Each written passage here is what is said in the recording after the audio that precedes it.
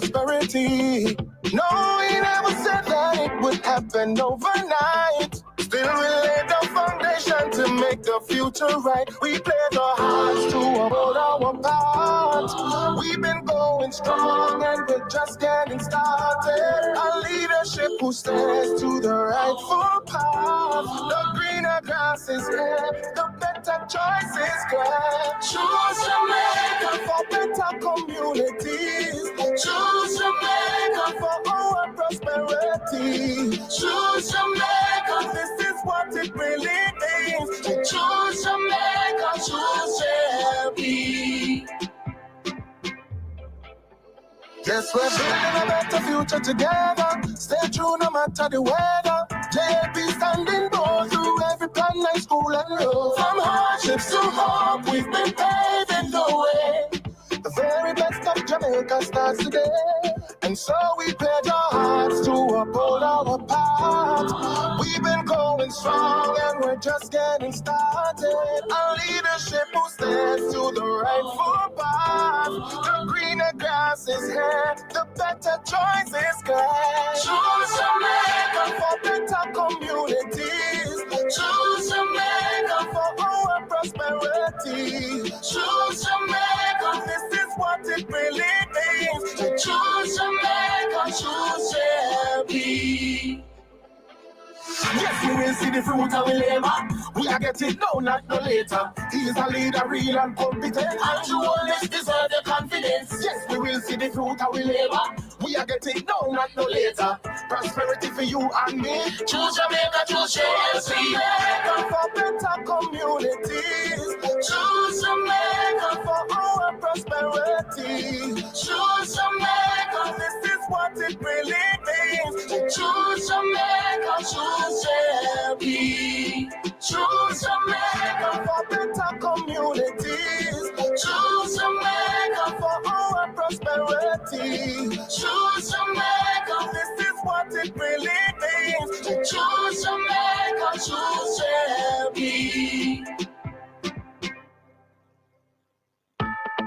Choose Jamaica. Choose Jamaica. We're on a mission to lift up our communities. Jamaica Labour Party building shared prosperity.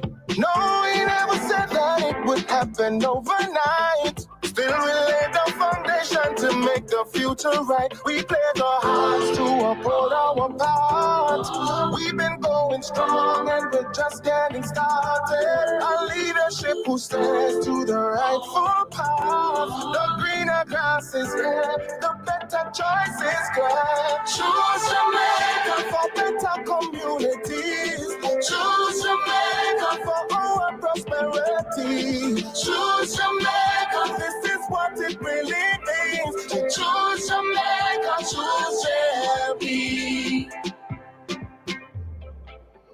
Yes, we're building a better future together. Stay true no matter the weather. JLP standing bold through every plan, night, school and road. From hardships to hope, we've been paving the way. The very best of Jamaica starts today. And so we pledge our hearts to uphold our path. We've been going strong and we're just getting started. A leadership who stands to the rightful path. The greener grass is here, the better choices grand. Choose Jamaica for better communities. When I chose to serve, it wasn't about politics. It was about love for country, for people, and a passion to ensure every Jamaican can secure the future we all deserve. And we have made real progress. Thousands of Jamaicans now have water for the very first time. New roads have been built. The murder rate is at its lowest in decades. Poverty and unemployment are at record lows. And we have done it all without imposing new taxes. That's not a promise, that is delivery. No matter which political party you have supported in the past, this election is about Jamaica's future.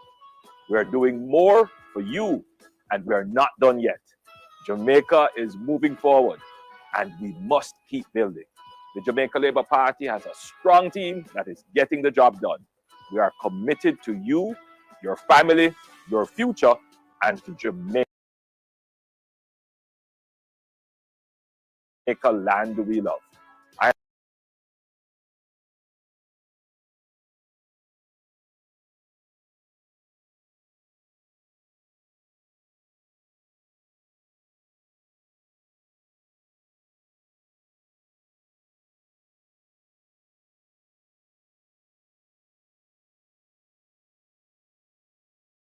The new rural school bus system rolls out.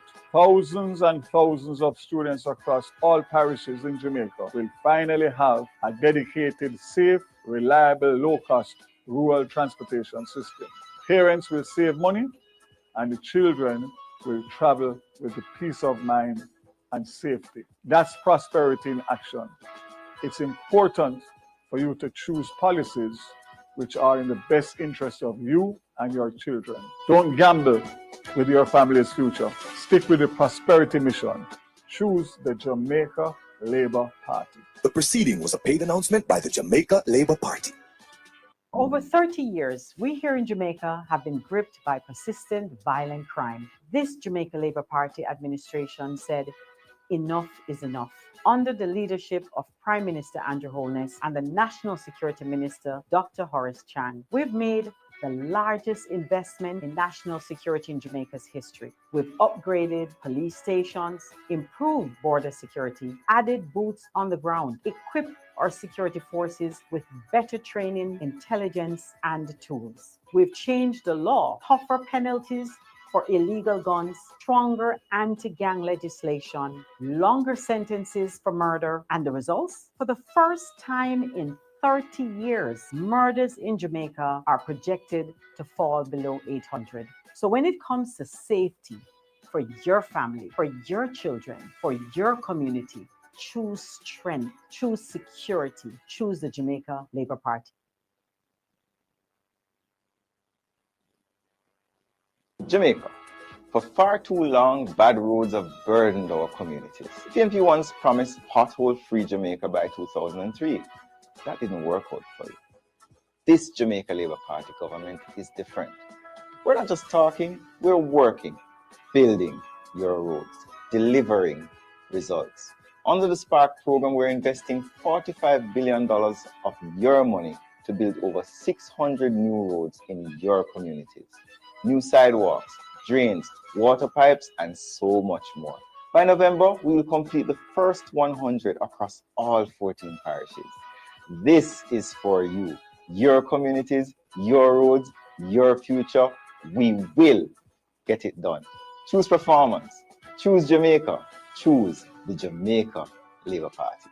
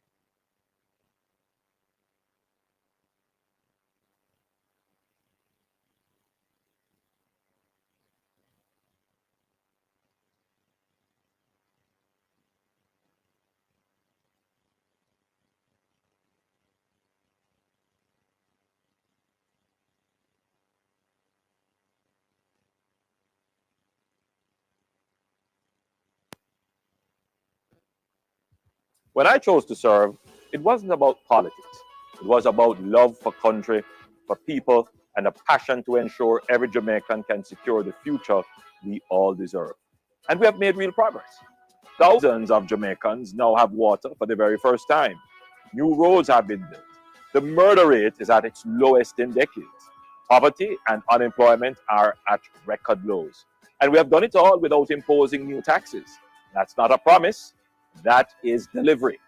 No matter which political party you have supported in the past, this election is about Jamaica's future. We are doing more for you, and we are not done yet. Jamaica is moving forward, and we must keep building. The Jamaica Labour Party has a strong team that is getting the job done. We are committed to you, your family, your future, and to Jamaica land we love. I am Andrew Holness. Put your X beside the bell. The following is a paid announcement by the Jamaica Labour Party. We lowered JUTC fares, put more than 250 new buses on the road in 2 years, gave fuel vouchers to thousands of taxi and bus operators, and set up special loans to transport operators to assist their development. And now we are doing even more. This September, the new rural school bus system rolls out. Thousands and thousands of students across all parishes in Jamaica will finally have a dedicated, safe, reliable, low-cost rural transportation system. Parents will save money, and the children will travel with the peace of mind and safety. That's prosperity in action. It's important for you to choose policies which are in the best interest of you and your children. Don't gamble with your family's future. Stick with the prosperity mission. Choose the Jamaica Labour Party. The proceeding was a paid announcement by the Jamaica Labour Party. Over 30 years, we here in Jamaica have been gripped by persistent violent crime. This Jamaica Labour Party administration said, enough is enough.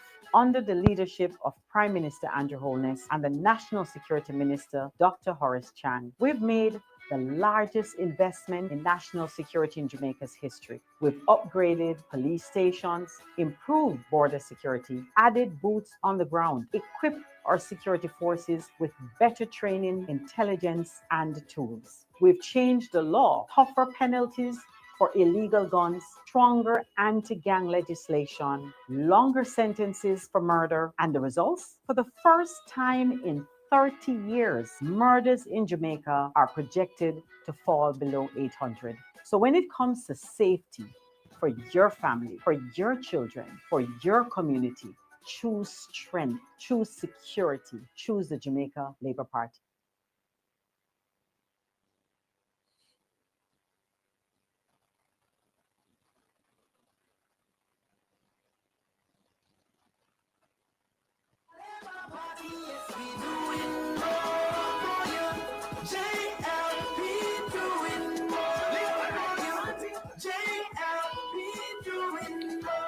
Ladies and gentlemen, good afternoon to you and welcome to this media conference convened by the governing Jamaica Labour Party. A special hello to our friends who are tuned in online in Jamaica and also our folks in the Jamaican diaspora.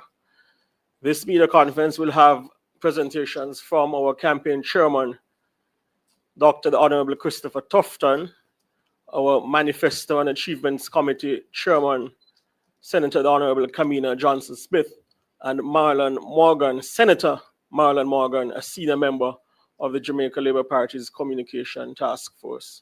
The Jamaica Labour Party, founded in the early 1940s with a sworn commitment to championing the cause of the masses, including the poor and dispossessed. The current generation, we recommit and continue along that solemn mission. Without further delay, I invite the campaign chairman, Dr. Christopher Tufton, who is to my right, to make his opening comments. Thank you very much. Am I on, Mike? Thank you.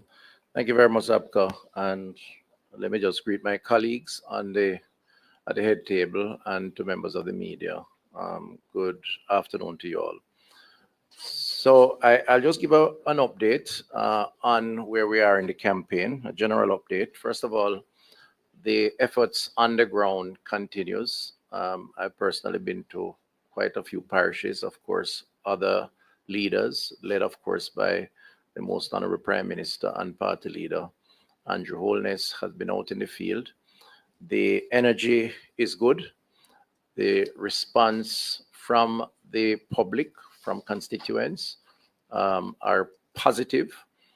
We're listening. We are discussing. We are responding. We're making suggestions, and we're pushing the agenda, which we believe is the right agenda for the country, of the Jamaica Labour Party.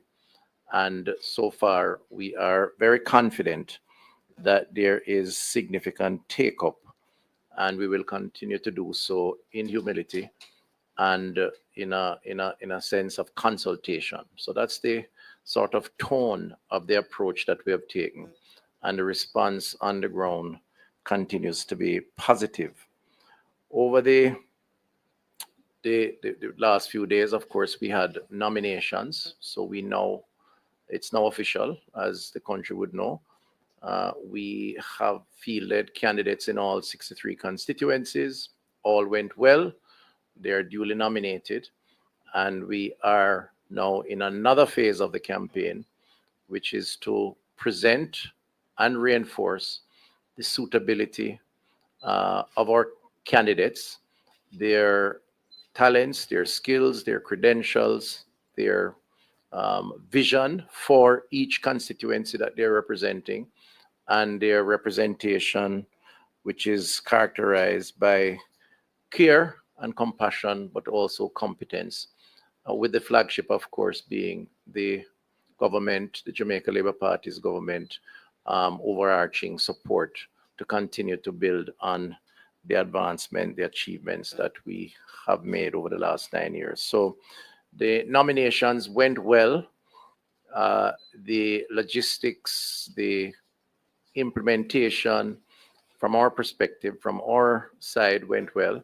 We had record numbers out in the field in different constituencies, and the energy level for us is right where it ought to be at this point in time, monitoring the activities of the campaign so far. So we're comfortable, and we're confident that we are moving in a good direction leading up to September 3rd, when the Jamaican people will decide. Our next meeting will be mass meeting, that is. We have several meetings each day across the country. Our next major meeting will be in Sam Sharp Square this Sunday at 5 p.m. in the evening, of course, when a slate of our candidates, not all, but certainly the Western candidates, will be on display, will present themselves, and some will speak, and we will continue to advance the message of the Labour Party, highlighting our achievements, but will pivot somewhat to the future and how we see the future in providing leadership, and that I will allow my colleague and chairman of the Manifesto committee to comment more on momentarily. So we anticipate a good day on Sunday, as we did in Halfway Tree. We will focus on Western Jamaica, not all island, as we did in Halfway Tree. And there'll be a range of speakers, of course, headlined by the party leader and the Prime Minister, the Most Honorable Dr. Andrew Holness. So we invite the public to tune in on various platforms, including social media, but also mainstream media, for that event. And if you can be present, please come on out. We have demonstrated that we can have a good meeting, we can have a safe meeting, and also both in substance, style, and presentation, it is a good experience. And therefore, we invite all and sundry to be a part of Sam Sharp Square if you are able to come this Sunday. Otherwise, please tune in, because there's a lot that will be in store, as I said, as we pivot to the next phase of the campaign going forward towards September 3rd. I wanted to make a quick comment on some of the utterances that we have been seeing played out in the media space, starting with a comment from the opposition PNP, and specifically from Peter Bunting, who is the shadow spokesperson on national security. And I wanted to highlight this comment because, you know, this country has been kept back to a large extent because of crime and the fear of crime. And I think it's important, particularly in this current dispensation, when Jamaicans are being asked to decide who is the best party, political organization to carry this country forward, to appreciate the difference between the PNP and the Jamaica Labour Party.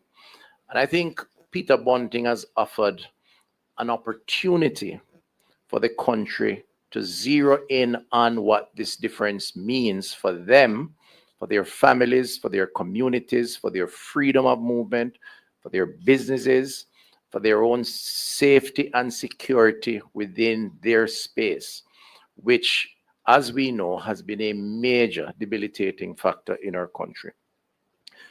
Mr. Bunting, at his party's manifesto launch, and as reported in the media, speaks to this difference between the PNP and the JLP from a crime-fighting standpoint, describing, and I'm quoting here, the JLP having a warrior mentality among the security forces, while the PNP promotes a guardian mentality. You know, on the face of it, I really gave it an earnest effort to try to understand what he means by that, and had a difficulty coming to terms with that interpretation based on his own track record as a former Minister of National Security, and certainly the track record of the PNP in terms of fighting crime, when juxtaposed or compared with what this government, this Jamaica Labour Party government, has done.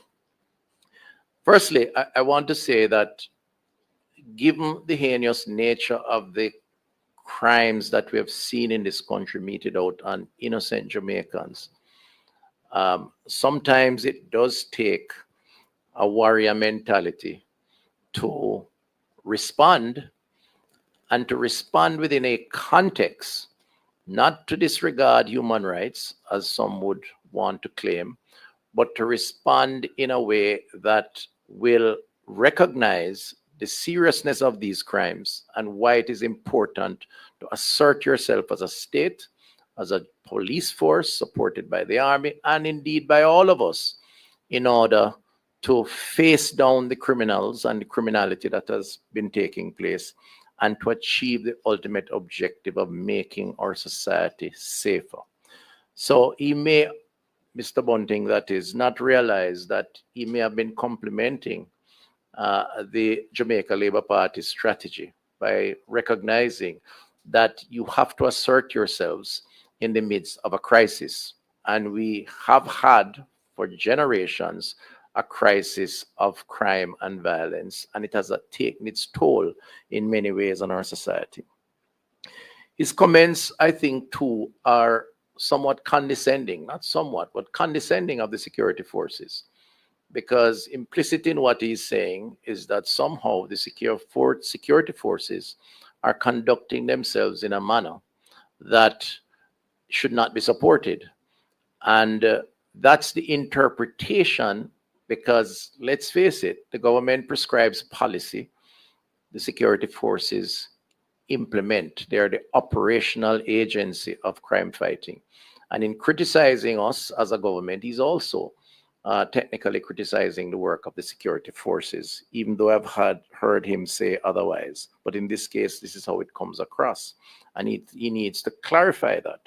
We believe that the security forces, based on government policy and government support in terms of resources, in terms of additional manpower, upgrading of stations, additional mobility, additional intelligence gathering, have done a commendable job.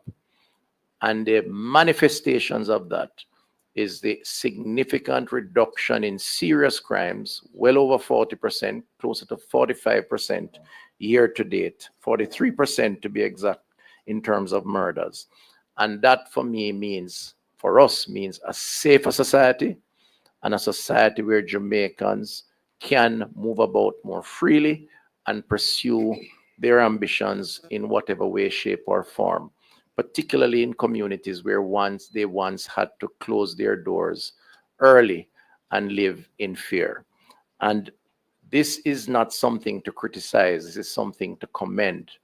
And I think that Mr. Bunting is way off course in his description of how we have approached responding to crime and violence. The other thing I'd say is that he needs to be reminded of his own legacy. He needs to be reminded of his own legacy. First of all, we have 318 fewer Jamaicans that have been murdered this year when compared to 2024. That's the 43% reduction year to date. That's a very good thing. And Jamaicans, I think appropriately so, have applauded the work that this government and the security forces have been doing. Gangs in this country have been cut from 300 when the Jamaica Labour Party took office to under 100. That's the intelligence that have been made public by the security forces. That is a very good thing. If it takes a warrior mentality to achieve that, it means a safer society. And his lack of recognition of that, to our mind, is an indication that he's out of touch.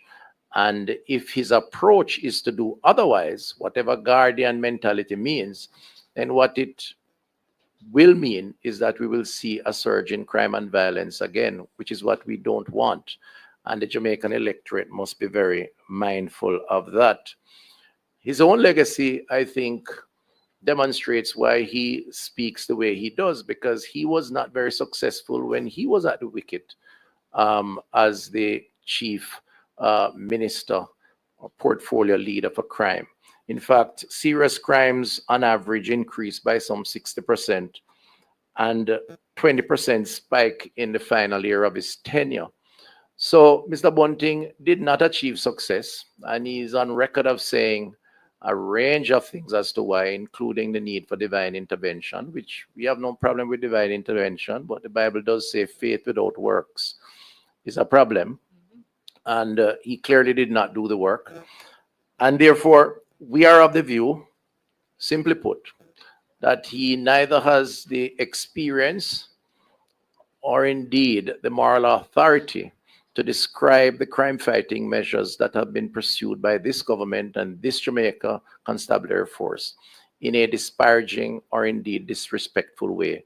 And the country, we urge in this very important time, should take note of that, where we are, where we're going, and what we don't want to return to as they decide how to cast their votes on September 3rd. There is a difference. We agree with him. The difference is we are tough on crime and we are getting results. He wants to cuddle in terms of his approach. And as his own experience has shown, he achieved nothing. In fact, crime got worse. I want to quickly comment on another issue that has been a public discussion, which is the public opinion polls that started a few days ago, but yesterday, party standings were in one of our daily newspapers. Today, actually. First of all, let's make it clear, we don't attack polls. This is not our position. This JLP party and government, we tend to shy away from speaking too much about polls. We observe, we assess, we listen, and we then determine how we position ourselves in terms of our response, our feedback, and indeed our policies and programs. We observe what is done independent of us, and we conduct our own internally, because it is important for us to recognize a sense of direction and the public's perception of our direction. So I want to make that clear. We have observed those polls, and I'll only comment by saying that based on all the polls that we have seen and those that we have conducted internally, we are comfortable that the Jamaica Labour Party has the momentum going into these elections on September 3rd. And that's a comfortable position to be in, but it's not a reason to be complacent. It's another reason to become arrogant. It's not a reason to feel, as some may be tempted to do, that somehow it is over. That's not our position at all.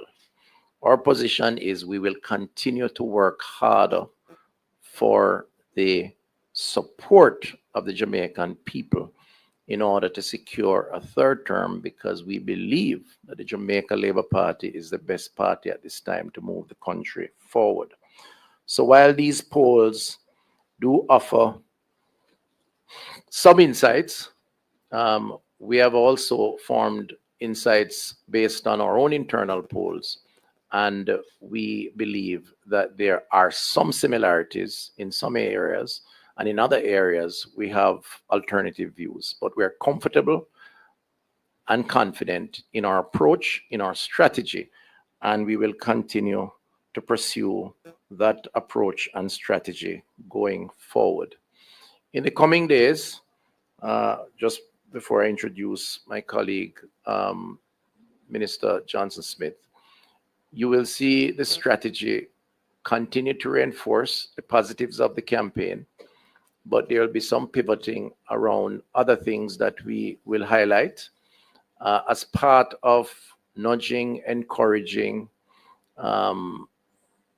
educating in some cases for persons who may not know the Jamaican electorate as to what this party represents, why Andrew Holness is still the best choice to lead Jamaica into the next 5 years, why we have a team that is competent, and why it is important for us to continue to build on the achievements that this government has made possible, working with the people of Jamaica over the past 9 years.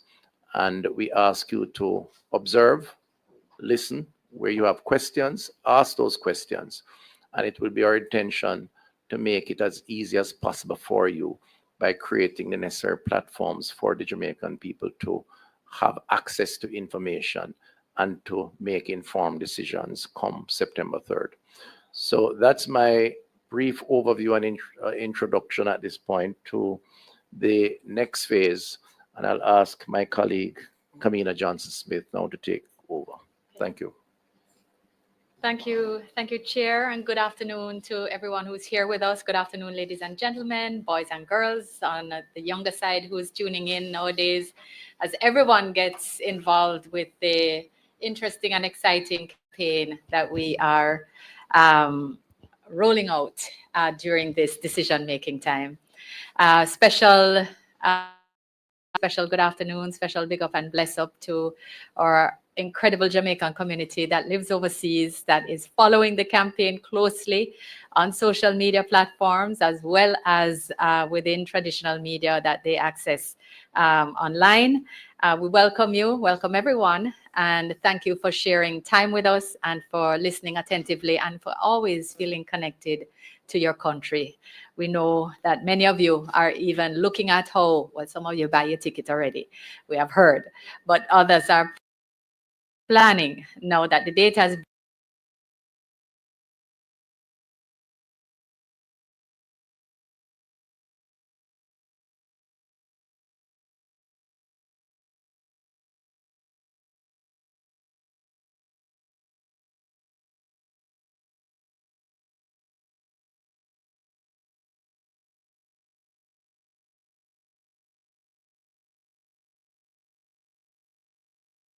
and online of our record of achievements. We printed and distributed about 150,000 now, and of course, thousands have been accessed or downloaded online.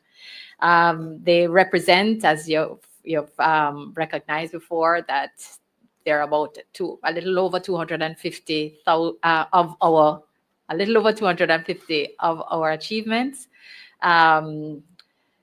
Our policies, our programs, and the actions that we have taken, acts of care that have positively impacted lives all across Jamaica. And as we sometimes say, you know, boy, the JLP is always talking about these policies and programs and these statistics, but we want to assure you that we don't publish our achievements to boast. We publish so that people are informed and able to take an informed decision at this time, that they, in support of democracy, look at the performance of the government, look at the lives impacted, and and that they therefore consider that when they decide, when they make their choice on the day.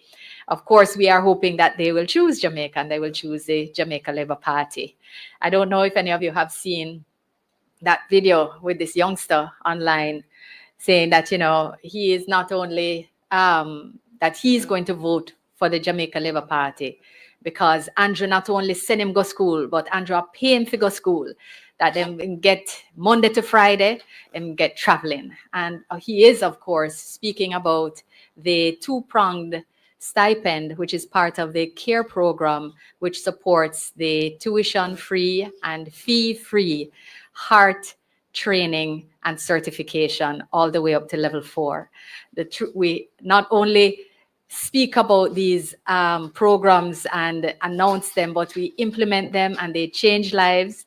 And I thought this young man's spontaneous outburst, yes, he has put it in a political context, but it is for him joy, empowerment, and self-improvement. And that's what the Jamaica Labour Party is about. So when we speak about our achievements, it's because we want people to look, share, and enjoy and feel the upliftment that is happening around us. Today, and the booklets, by the way, continue to be in high demand and people continue to ask us about them. They also ask us about things which are not in the booklet and ask why certain things weren't in the booklet.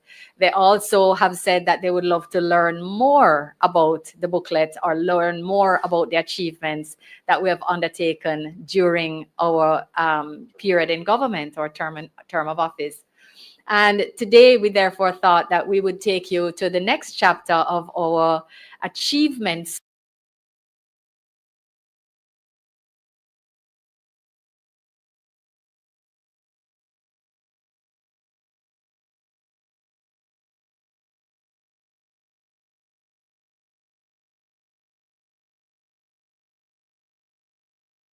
Achievement story.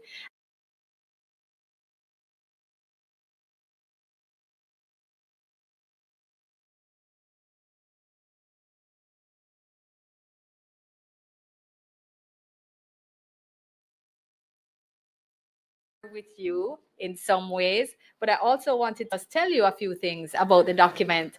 I'm not sure, guys, if you're going to bring up the document for me online. Thank you.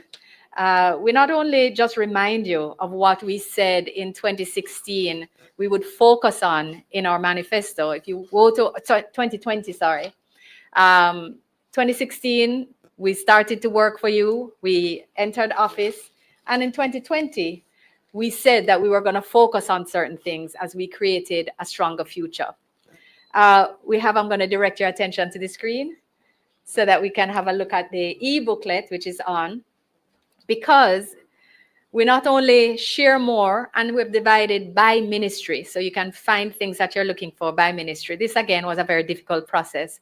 But Ministry of Economic Growth and Job Creation shares elements with you more about the largest road, highway development, and port infrastructure expansion across the nation, about the work that has been done in expanding national water access, the social water program, what we've been doing in climate action. I've heard people say, you know, environment is not just about building trees. It's not about just building trees. And we have certainly done more. So we say some more about that. It speaks about how we've empowered MSMEs, how we're transforming urban centers, and advancing the digital economy. It speaks about our systematic land titling program, and we're going to say more about that, of course, in just a couple of days. And it also, of course, goes into the Office of the Prime Minister. You know that housing is there, green energy is there, more urban renewal and public sector digitization. There's so much in here. And on the cultural side and the creative industry side, as you flip through, there are so many things which you may have either forgotten or not recognized. another work for us to go through.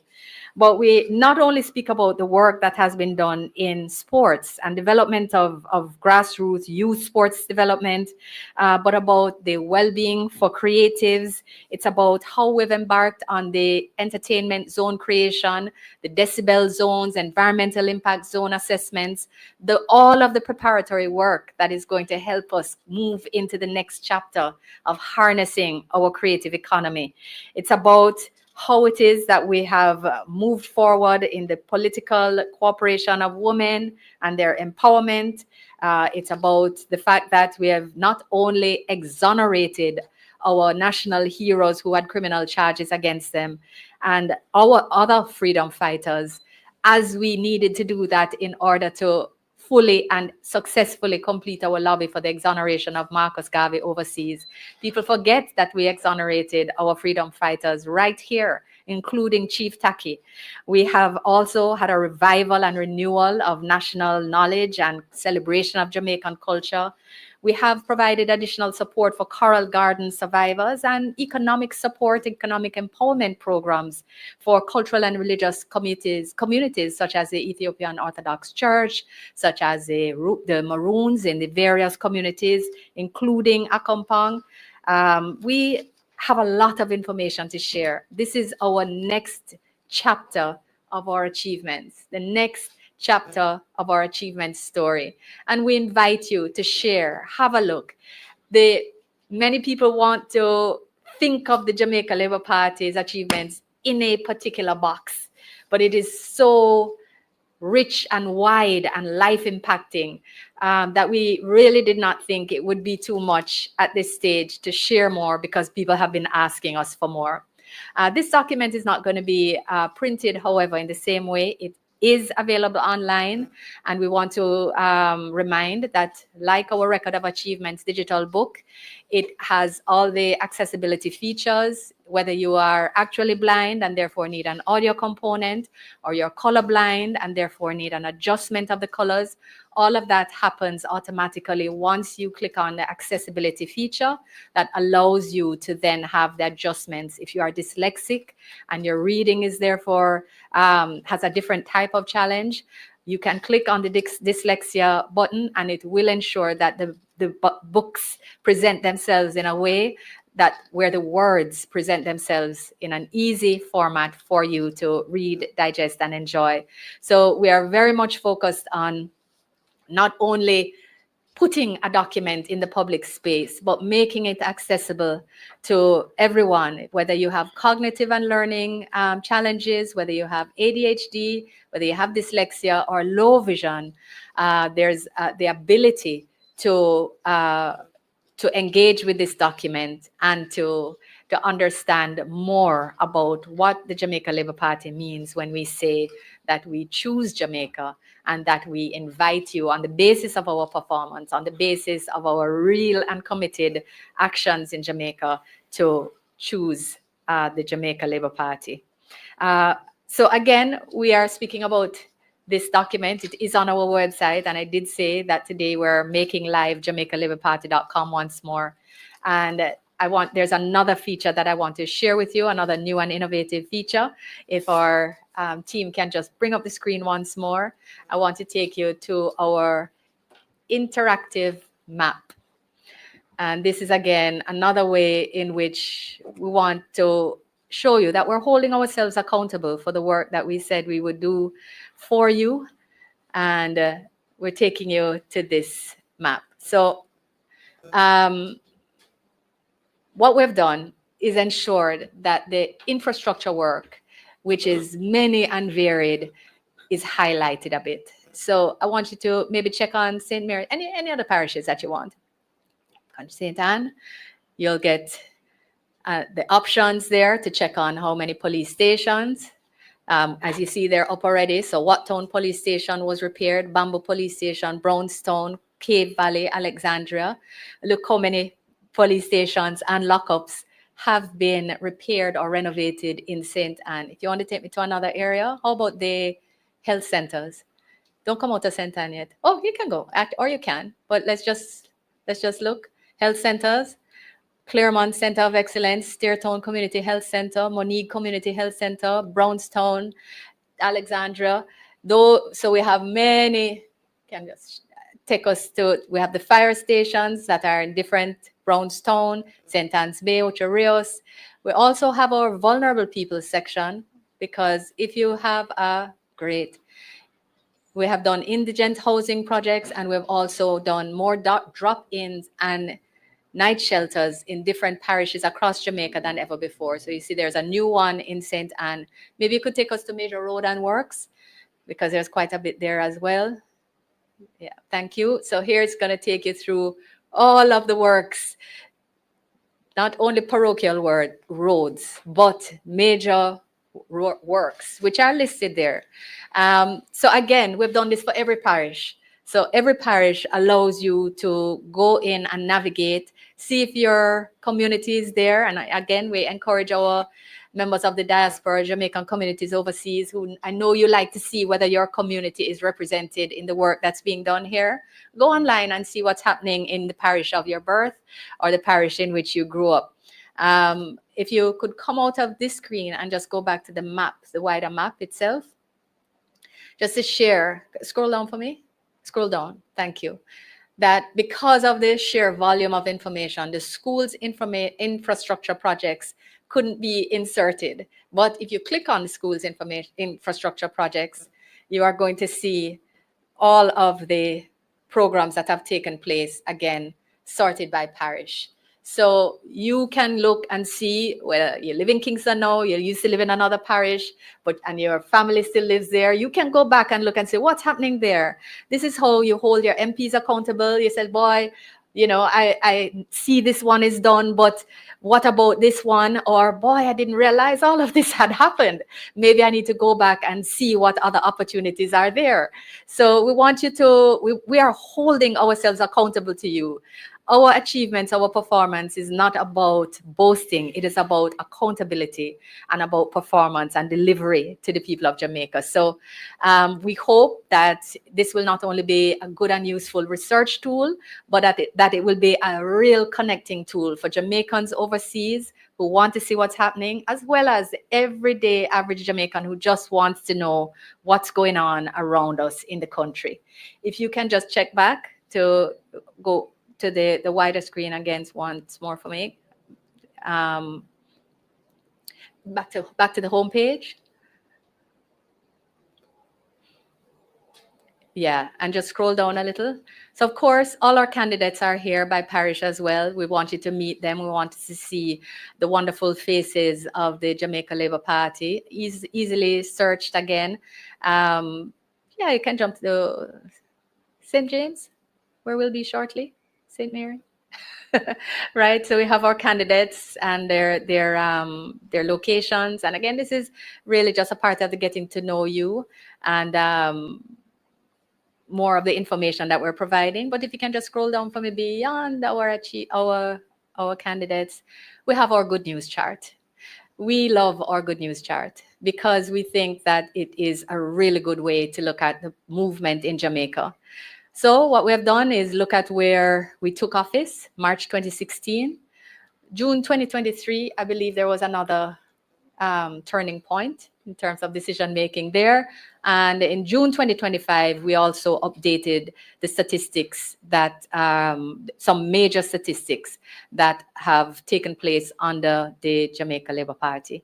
So again, we can just scroll down so they have just a brief look at, but even things like the income tax threshold having moved from 592,800 to 1.5. We also moved it to 1.8 now, and it will continue to move. Poverty prevalence, 21.2%, and then down to 11 in 23, and now to the historic. 11 was historic, 8.2 is even more so. It's looked at the movement of the minimum wage, NIS pension or NIR, and of course the debt to GDP. Information, which is helpful to students as well as the general population. And again, importantly, facts. Facts that people can use when they are considering decision making. So these are the main updates that we wanted to share with you, the main features of our website. We hope you will enjoy them. We are going to add some more. in short order. And of course, what we'll add is relevant to my next point of interest. Because of course, you recognize that our campaign has been focused on the fact that we've been doing more for you. And what you certainly have been hearing across the piece is that we are committed to doing more. We know that we have not reached every family, we've not reached every community, we have not moved every lever of economic growth that we know can be moved, but we are committed to doing so, and we are committed to getting there. We've also said, of course, that we're really pleased that so many people are excited to see what's in our manifesto. We've heard people asking questions, and we've heard people saying we want to see what's in the JLP manifesto, and we think that's great. And we're responding to that, of course, by ensuring that we meet our commitment of having said to you that we will be sharing our manifesto in a new, creative way, and that we will make sure that we engage as deeply and widely with the Jamaican people as possible on the issue. And it is for this reason that I Choose Jamaica, the next chapter, will be launched for the first time out of Kingston. No manifesto has ever been launched outside of Kingston, nor has one ever been launched at a mass rally, and it will be launched at Sam Sharp Square at our mass rally on Sunday, the 24th at 4 p.m. So we really want to encourage you to come out. We want to see you there. We think we'll have an exciting presentation for you. We want to invite you also, of course, to tune in to the social debates which take place the night before, at which you'll have the opportunity to undoubtedly get a preview of some of the contents of the manifesto that, of course, will be relevant to the debate. So again, I Choose Jamaica, the next chapter. See you at Sam Sharp Square. Thank you very much, Kamina. And just before we turn over to Senator Marlon Morgan for a presentation on a different aspect of our media conference today, I believe Dr. Tufton has a comment to make regarding the matter of crime. Right. I just want to, I was nudged to say that I made a slight miscall when I spoke to the stats on Bunting's crime legacy or crime management legacy. It's actually 6% per year during his tenure, with an approximate 20% spike in his final year. So just to be very clear and transparent, 6% per year during his tenure increase in major crime, and 20% approximately in his final year. Just to be clear for the record. Senator Morgan, over to you. All right, thank you, Chairman. Good afternoon, everyone. I am here to just convey some remarks regarding the conduct of the campaign, certainly both campaigns, and some related observations that we have made here as Team JLP. Now, by the way we have conducted our campaign to date, I think it is clear to the electorate and indeed the wider public, both here on the Rock and in the diaspora, that it is the Jamaica Labour Party that is being responsible, sober, and dignified in the conduct of our campaign. Indeed, we are the political party that is serious about a peaceful, more harmonious, and orderly Jamaica. It is quite evident that we regard the right of the Jamaican people to exercise their constitutional right and express their democratic will on election day.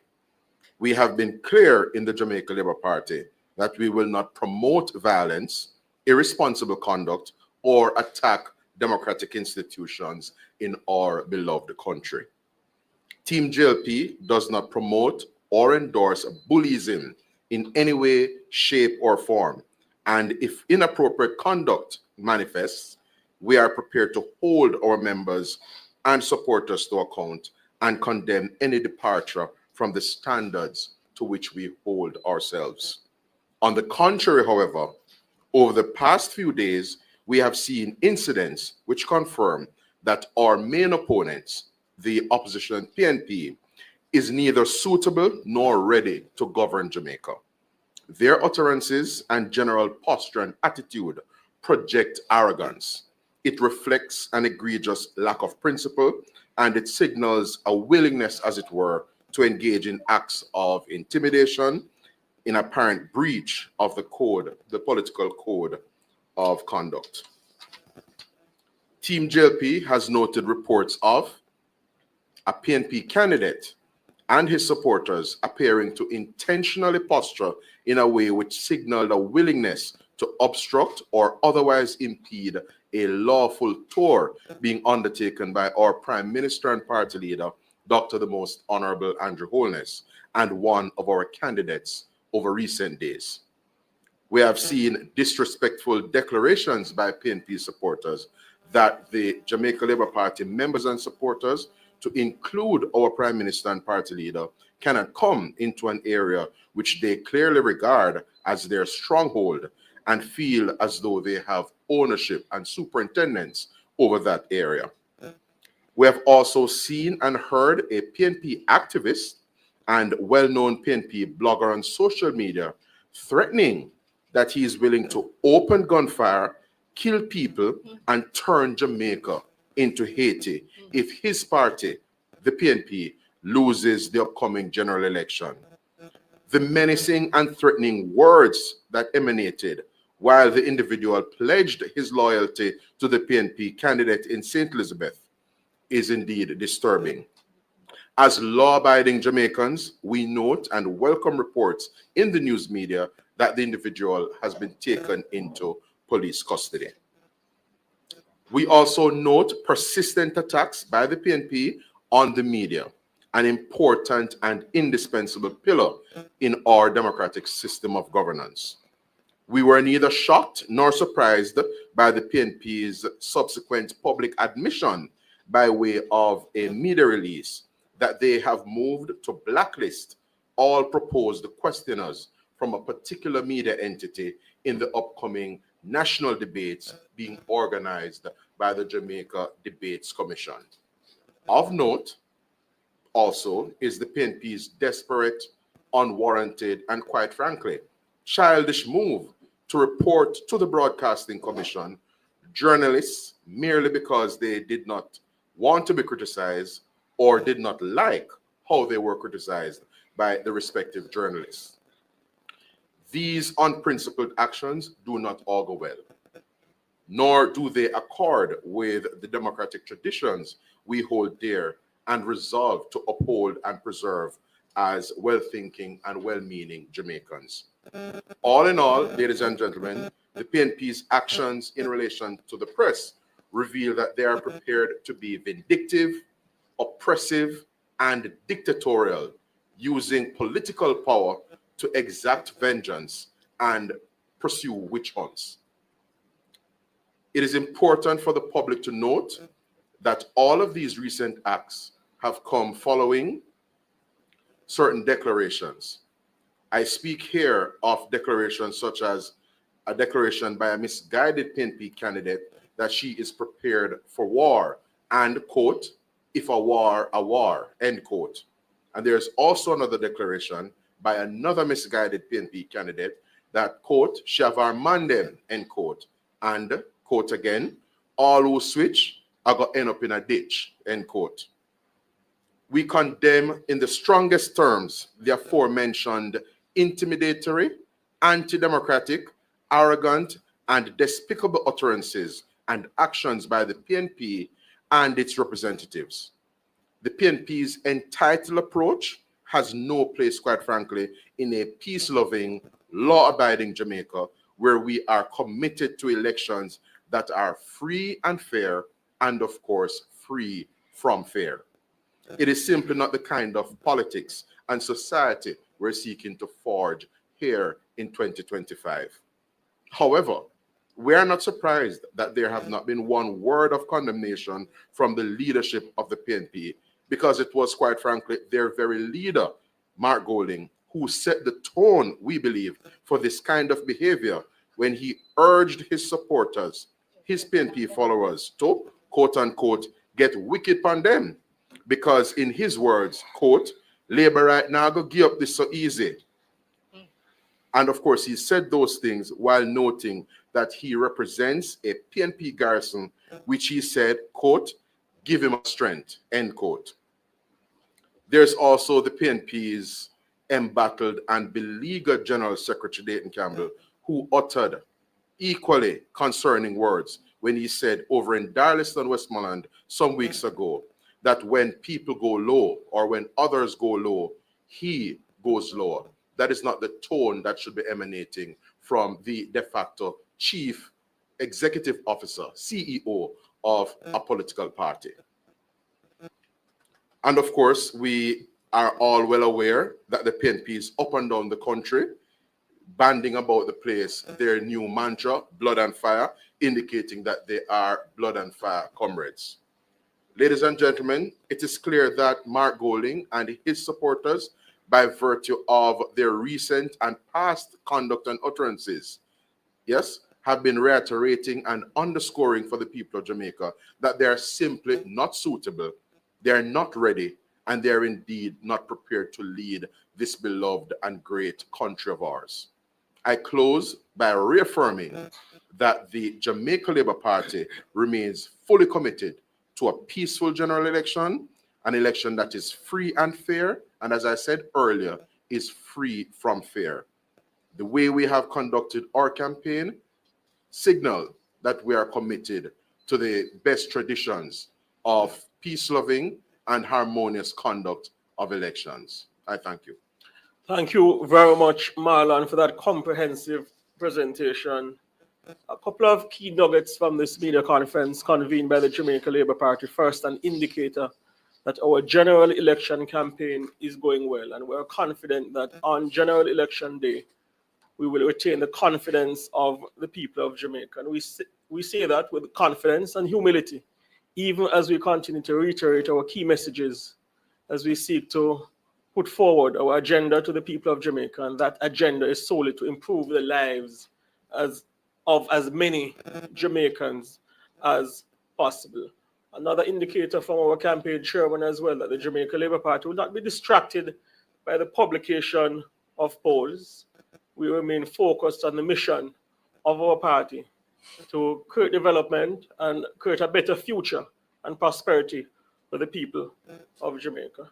I recall as well, when I was 18 years old in 2007, the Don Anderson poll was published on the eve of the general election, showed the PNP ahead by 4 points. Just a few days before the election in 2016, a similar indicator from Don Anderson. Quite surprising to me that we're hearing on the eve of an election from Don that the Jamaica Labour Party has the momentum. But be that as it may, the key message is we won't be distracted by polls because we're confident in the work that we have put in. Another key nugget from the media conference, as Marlon likes to say, is that the Jamaica Labour Party's website, our brand new website, has been launched. And we fully intend to launch our manifesto, as Senator Kamina Johnson-Smith indicated on the weekend. I want to say a special word of commendation as well to Senator Johnson-Smith, who has put in the long hours and her team, long hours in making sure that the document pertaining to our achievements, the ministry achievements, and the manifesto have become a reality. Quite comprehensive compilation that took a lot of work. The Jamaica Labour Party is confident in our body of work. We're confident that the people of Jamaica are perceptive and will not be distracted by empty rhetoric emanating from the opposition. And eventually, we will retain the confidence of the people on the day. And now open the floor for questions. I ask that you introduce yourself, state the media entity from whence you come, and pose your question.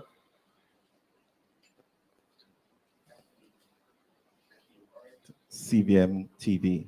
That's Akeem Art, CVM TV. You mentioned that the manifesto will be launched on August 24 at the mass rally at Shamshad Square. To what extent do you see the manifesto changing the way voters will respond on election day? Well, I wouldn't want to speculate, but having had a great deal of interest paid to our achievements, and having taken the time to make sure that we're sharing and engaging people so that now they're excited about the manifesto as well. We feel confident that we have a robust document and an exciting set of plans to put to the people of Jamaica for them to now consider the next chapter of our I Choose Jamaica story, and that they will therefore have the best opportunity to engage, to be informed, to think about, especially those persons who haven't decided yet if they're going to vote, or if they're going to vote, who they're going to vote for. We want to give them as much information as possible so that they take the best information as possible. And our manifesto is being launched widely in this way, being taken to the people in this way, and in this innovative way, because we know young people, they like things to be a little different. They like a little buzz. They like a little difference in how things are approached. And so we're making sure to engage them in that way. And it's therefore hoped that they will take a decision in our favor. Can I just comment on that? I want to support Minister Johnson-Smith's comments, but just to add that the achievements document that we prepared and presented to the populace, which has been in high demand up to this point, and has gotten very positive reviews, really, we hope would have positioned in the minds of the electorate the fact that this government over the last 9+ years has performed and has delivered for the people of Jamaica. The lowest crime, the lowest reduction in crime, the highest reduction in crime in a single year, lowest poverty, lowest unemployment, and I could go on and on. We want to appeal to the electorate to consider the fact that if we have delivered over the last 9 years in their interests and for their best benefits, then we would like them to consider, as they read or review our manifesto, to build on that trust and give us a mandate to continue over the next 5. This is important as part of our case, that we are not just talk as others are, we also deliver, and we work hard to deliver. The Prime Minister, the team works hard to deliver, and there's evidence to show and to prove that we have delivered. We are therefore saying, give us an opportunity to continue delivering. And that's the pivot that's going to be important, that we hope to encourage and stimulate the minds of the Jamaican electorate to make that shift from the achievement to what we intend to do over the next 5 years. Another question from Dwayne Anderson from TVG News. Dwayne. Good afternoon. Thank you so much. The first question actually is for you, Abka. Hopefully you can take this on. As an award-winning journalist yourself, what do you make of the recent developments involving the journalists and the political parties, and what concern you may have for this on Jamaica's perception as relates to freedom of press index? I suspect you are referring to the controversy concerning the national debates. Well, the position of the Jamaica Labour Party is that we're of the view that all journalists from a diverse group of media houses are to be allowed to participate in the national debates. What transpired, and I refer to it because it's a matter of public record, the opposition put out a statement where they indicated that they objected to journalists from a particular media house participating in the national debates. And the Jamaica Labour Party's position was, though our substantive stance is that all journalists are to be allowed to participate, if the PNP is objecting, we reserved our right to make a similar assessment based on the poll which was submitted. I believe that it is unfortunate, the stance taken by the opposition. It smacks of a sense of arrogance. And I invite the people of Jamaica to consider if the PNP is posturing in this arrogant, dictatorial, and unfortunate manner concerning an important institution such as the media. Can you imagine what they'd be like if they were given the opportunity to govern Jamaica again? I invite the people of Jamaica to assess the posture of the opposition, because it doesn't augur well for our democracy. It doesn't augur well for press freedom. And I quite frankly believe they should back off their criticism and their attacks on the media. This business of you don't like the criticism proffered of you or proffered of an elder statesman of your party. So therefore you make a complaint to the Broadcasting Commission. Jamaica is not used to that sort of posturing from political parties in 2025. I believe it's full time the PNP take a step back, and again, as I said, back off and leave the media alone to do what they do best in the interest of the people of Jamaica. Thank you so much. I'm not sure if any of my other colleagues have any questions. I could just ask No, the please three that I have proceed. list. All right, let me just ask these three, then I pass the mic on.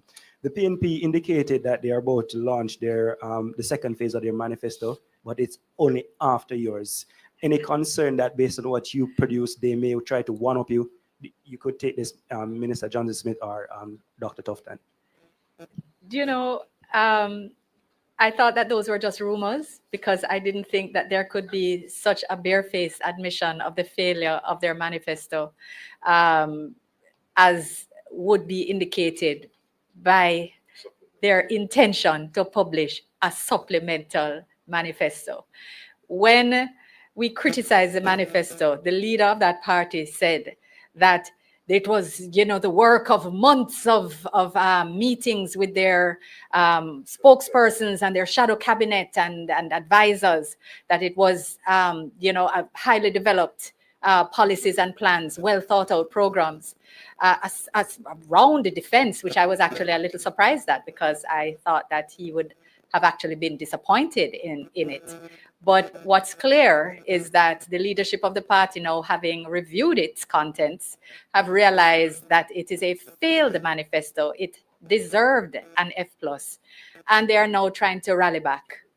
I don't know if they plan to try to review ours and then see what else comes, but I think the mere fact, I've never heard of a manifesto being done in two phases. We've always launched our manifesto after nomination day. If you look and check the dates, you'll see that we launch our manifestos after nomination day. And we have been committed to ensuring that there's information that fills the space in any event in the time leading up to it. So we weren't disturbed that because they didn't have an action to answer our achievements, that they brought theirs forward and clearly botched their job. But I think that they should be called out for this supplemental manifesto, and people should say, you know, you've put things forward, and is this the kind of slapdash policy making, the slapdash approach to planning and governing that you would undertake if you became government? You can't figure it out and try to take the time to get it right the first time. Because that's what we were about, taking the time to make sure we get it right. Not perfect. And, you know, who knows, maybe we'll find another typo. But the substance of what we have done, the work, the real value of it is clear. And we're confident that the Jamaican people, when they stand the two beside each other, that theirs will continue to be found wanting. And in support of the point made by Kamina Johnson-Smith, I believe the indication from the opposition about a supplemental manifesto is another clear suggestion to the people of Jamaica that they can't be taken at their word. They aren't confident in their policies and plans. They will take one stance today and another tomorrow. They supported an increase in salaries. Mark Golding, the highest paid PNP, the highest paid politician in the country, then they proposed to criticize it. They welcomed the appointment of Mrs. Holness as Speaker. Then they proposed to criticize it. They suggested an increase in taxes on food imports. And economists indicate that will naturally result in a rise in prices in Jamaica if implemented. Then they backed off it. They suggested an increase in GCT, a 1% increase in GCT. None of those plans have made it to the manifesto. This talk about a supplemental manifesto is an indicator to the people of Jamaica that there can be no confidence placed on the word of the opposition PNP. The good book, I believe, says a double-minded man is unstable in all his ways. And that characterizes the posture of the Mark Golding-led opposition. Thank you so much. I'm happy that you mentioned that situation involving wages, I want to ask a question, use it as a segue to ask Dr. Tufton, what do you make of the situation involving the public sector workers? Are you in any way worried that this powerful block of voters could be angry going into the election and possibly vote against you? I think that the Prime Minister has articulated the position of the government on this issue. He has made it clear that he will be fair, or certainly the government will be fair in the negotiations. So it's a work in progress. And I would only add to that, beyond what he has said, which is quite clear, that in this process of discussions and negotiations, that principle, once applied, and it will be based on the Prime Minister's directives, will mean a reasonable offer. And we should allow that process to take its course. You can't negotiate via media, or I think it really starts with a conversation. And I think the Prime Minister has set the tone, and that tone augurs well for all parties involved.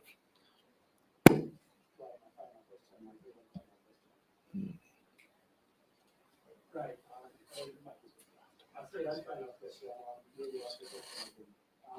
But and the people at this stage is suggesting you're making a very high share of the seats. Last time, Dr. Chan spoke publicly, suggested that you're comfortable around 35-36. You want to tell us how many seats you're going to win at this stage?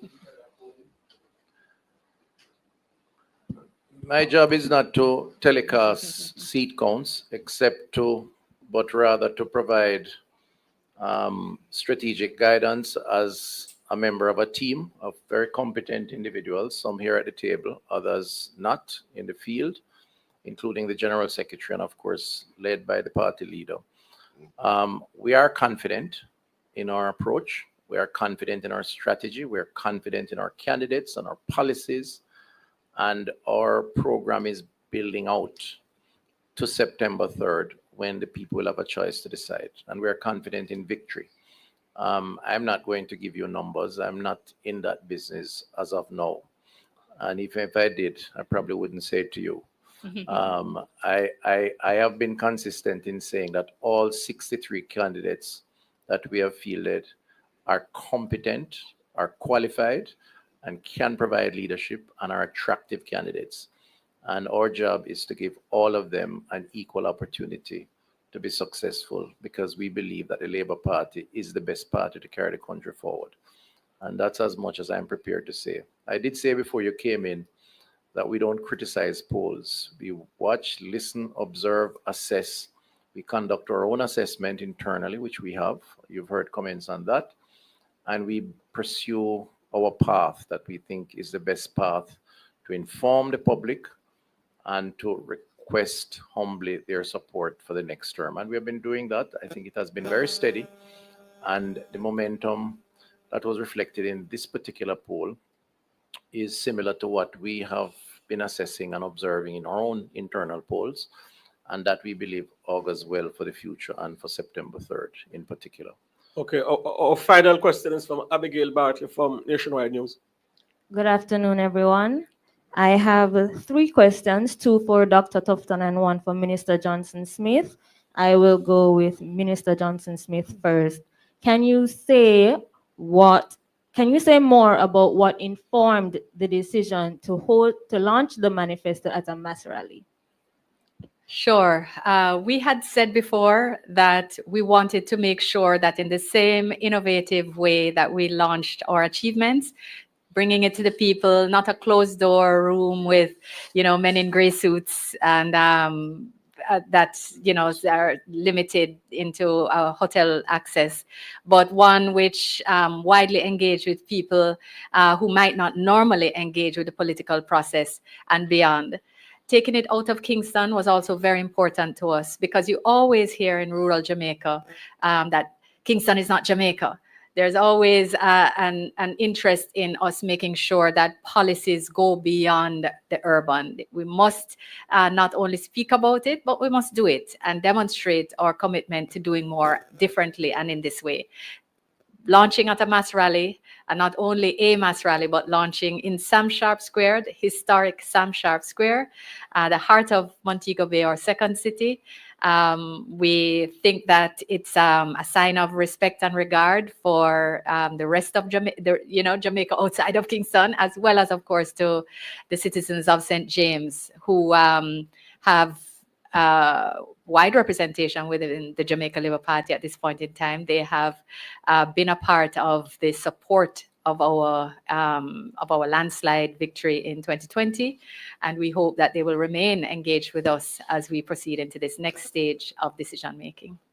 Thank you very much, Minister. And to Dr. Tufton, on the matter of crime, do you get the sense that the Jamaican people support the warrior approach to crime fighting that Peter Bunting accuses the JLP of pursuing? And why do you think the Guardian approach advocated by Bunting is misguided?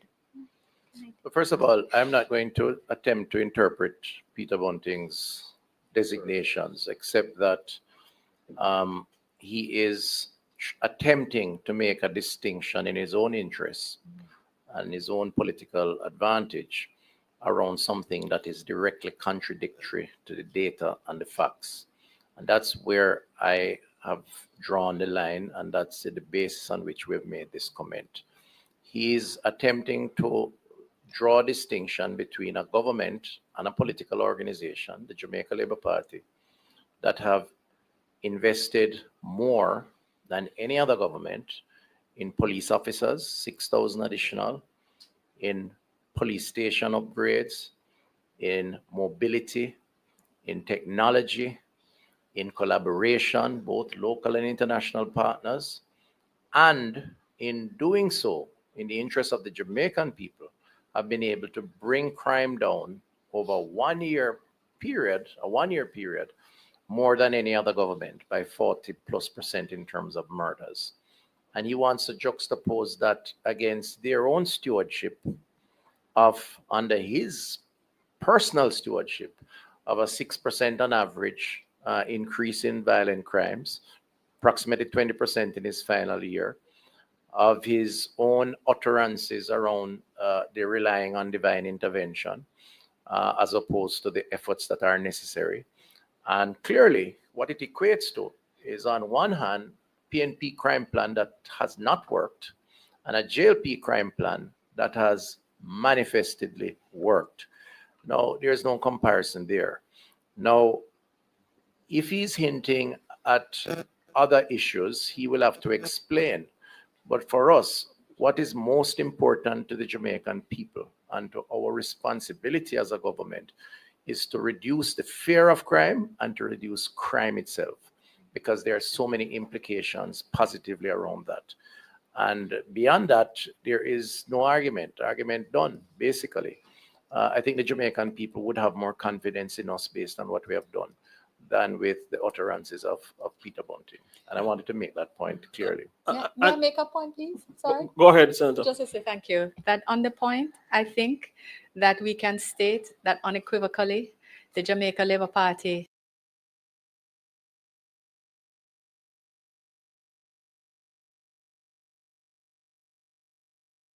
government did them with the right equipment to ensure that they're able to gather intelligence, and also that crimes can be properly prosecuted when they apprehend criminals. We are also guardians. We're guardians of the citizens of Jamaica, the law-abiding citizens of Jamaica, against the gangs. We are crystal clear who the bad guys are. And we believe that the people of Jamaica are happy with a 40% reduction. We want to bring it down more. And we know that the gangs are directly responsible for 70% or more of the murders in Jamaica. And it is only if we support the security forces in taking it to them that we will be able to bring that down so that communities can thrive. Who does he think the gangs are? They are the people who suppress communities so that the young people can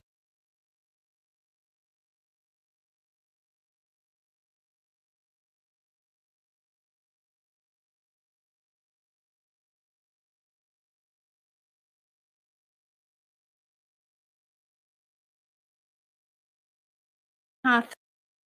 Children who grow up hearing gunshot, who don't now hear it, trust me, we are quite clear where it is that our protective instincts and our guardianship lies. It is we guard the rights of the people of Jamaica. Thank you. And the Prime Minister and Dr. Hurst Chang, the National Security Minister, have been very clear that even as we support the protection of the human rights of every single Jamaican, the Jamaica Labour Party administration is aware that the security forces, the men and women of the JCF and the JDF, who put their lives on the line to protect our citizens on a daily basis, they are dealing with individuals who are prepared to import or attempt to import thousands of bullets and hundreds of guns into Jamaica. Individuals who are prepared to shoot at the men and women of the JCF and the Jamaican citizens and take their lives in the most callous manner. And the Prime Minister and Dr. Chang have been clear that the men and women of the JCF and the JDF can be confident that they have the support of this administration, that when they are confronted by violent criminals, to respond decisively and protect themselves and the Jamaican citizenry. Final question. Yes, my final question for Dr. Tufton. What's your assessment of the debate teams going into the political debate starting Saturday, and how has preparations been going? My assessment, well, we have the better teams, clearly. Our teams are just not a function of individuals. Our teams are teams that have had the opportunity to provide leadership and have been the force behind this achievement document. Whether directly through portfolio responsibilities or indirectly through supporting the rest of government. And therefore, we believe that they are in a very good position, the best position actually, to articulate around these achievements and why Jamaica is better off under the Jamaica Labour Party. So we're confident, we're comfortable, we're not taking it, we're not lightly, we're not being complacent, and we're preparing. So we look forward to the debates. Thank you very much. Thank you, Dr. Tufton. The Jamaica Labour Party remains committed to putting in place more policies which enumerate to the benefit of the people of Jamaica. We urge the people of Jamaica to look at our track record and continue to choose Jamaica and choose the Jamaica Labour Party, even as we reiterate our commitment to do more for the people of Jamaica. Thank you much to our media partners who attended this media conference, and we thank the viewers online in Jamaica and overseas. Have a very good afternoon. Okay. Thank you. That's it.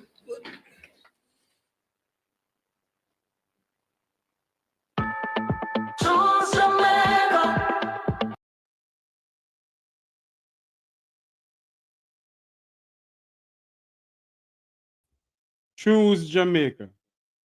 We have already choose Jamaica. I wonder if Marlon Morgan really listened to how he talked. I wonder if Marlon Morgan listened to his utterance a while ago. You know, I'm not going to say too much on this thing, you know, more than I think Marlon Morgan and all of them, especially Marlon Morgan, who is need to look within himself when he's speaking. Because I do not think they know what they're saying. I really don't. They decide to go out on the public domain and have their friends and cronies sending out letters to people.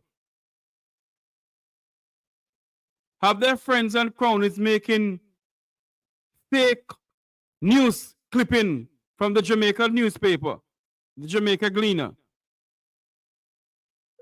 And have their friends and cronies who can't spell and who can't read like them making public apology. But you know something? They are trying to shut up. They're trying to shut all of us up. But it will not work. It will not work. This is where I'm going to end the program for this afternoon. Will not work.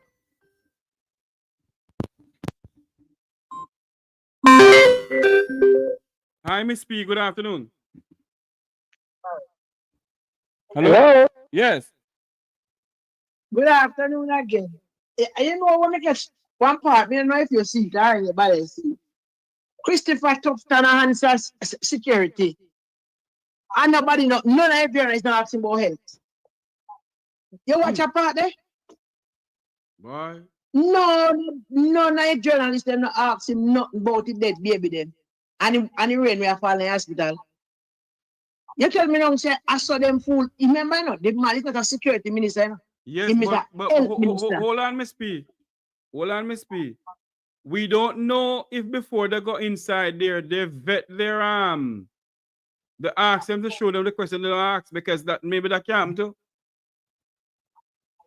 Well, it don't make no sense. Because if you have a press conference, you're supposed to open for anything. You're not supposed to ask him what question ask and what don't ask. That don't make sense. And the only thing they up there do, I criticize, and you have criticized me, and you was around me. That makes sense. And then, you know what, sick stomach, then just lie, and then just dry eye with the lie. Just lie and dry eye and take, and like they take everybody for fool. They must say people can't read now, and people have big phone, and people have internet. Yeah, I because I feel your program here, what me not like here. There's no, I don't get no substance outside. Nothing at all, nothing about it no good. You know, all right, it come like you write an essay. And you can't find anybody, you can't find the beginning. It just don't make no sense. You know something, waste of time. You know something, Miss P? Jamaica don't have any investigative journalism anymore, you know. Or investigative journalists anymore. That is it. No. If me, when I have no sense, me not going to big school. If me say foreign affairs minister, a foreign affairs business me asking about. No, hold on. When the parliament dissolve, you know, well, they can ask the question, that's true. They can ask the question, but remember, you know, she is, no, hold on there, she is the chairman. No, Tufton is the chairman for the party's campaign team. So it's what they're asking them. But the fact of the matter is, if they have a manifesto, they ask them about that too. I don't know. But yeah, if me asking about the campaign, me go say, well, or the campaign are going whatever. But me go ask him about in portfolio when have too much here and how you believe the people view it. Why they should I give you back a next term? Yes. And that's the question me go ask you. All right, if she had one other partner, but at least she had the foreign affairs minister. Now, turn like a bella, you know. So, me go ask him in portfolio if I him write the manifesto, fine. But me go ask him, what do you think the Jamaica we haven't seen a manifesto from them. Listen what they said, them are going to do. Them are going to launch manifesto, a rally. Yes. No, from Mark Golding. Mark Golding tell me, say, we have put out a manifesto here, we now put out everything. As soon as them come with them, because them are copycat. Yes. Him go put out in next week. That it depends here. Yes. It depends here. We have some more calls coming in. Go ahead. Let's make 2 minutes, you know. Because right? there are 2 calls. So you know, these people, Jeffrey, the more than talk, and the worse paper you get more vote. Because then just sit come up. The whole thing they do is blame. Yes. Show me what you do. You write it on paper and we don't leave it. All right. You go back up there. Yeah, cool. Good afternoon. Welcome to Make Talk program. You're live. Where are you calling from? I'm calling from the state of Washington. Yes, sir. It's because we support your program. That's why we watch this non-com pool and then company thing. I tell you something, you know, my friend. Hold on, my friend. I tell you something, you know. I love to listen to these things, you know. Because you pick sense out of nonsense. Go ahead. Why them not take the money go pay the teacher them? I thought we just money do foolishness. Eh? Them are, no, no, but all the time, you can't say Oxide is a liar. You know, if you look up at the scene now when they chat and look down when they chat, it's a liar and thieves do them or something there. Then can't look straight in your face. You know, this all you look up at the here, like at the scene that talk to him how you look down when they talk. Well, I don't know if the gentleman is in the last name, I said, you know, so we be careful what we say about these people, you know, because they love to sue. Well, I tell you. All Mal and Morgan. Like him is a despicable human being. Thank you very much for calling, sir. When next call coming in? Yeah, man. Blessing, brother. Blessing. Good afternoon. Welcome back to Talk Here Live. Hi, Jeffrey. Good evening. Good evening. As everybody said, it's only because of your program while we really have our television on. To be honest, because if it wasn't your program, me no subscribe to it nor nothing at all.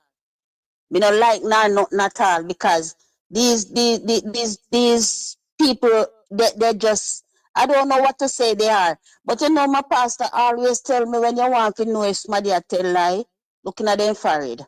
Them forehead wrinkle. When they're telling lies, and they prove it. Because when anybody talking the truth, the forehead is as smooth as all your one is as smooth right now. But when they're telling lies, you see the wrinkle in the forehead. They wrinkle it up.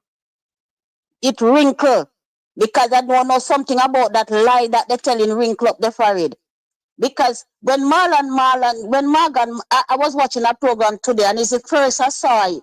Well, I don't remember if it's your program or is another program I was watching today.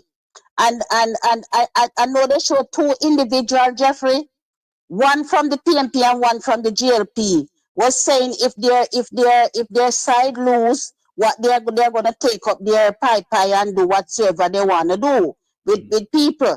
And they went and arrest one man. They went and arrest the one from the PNP side. What happened to the one from the GLP side? Nobody do anything about him.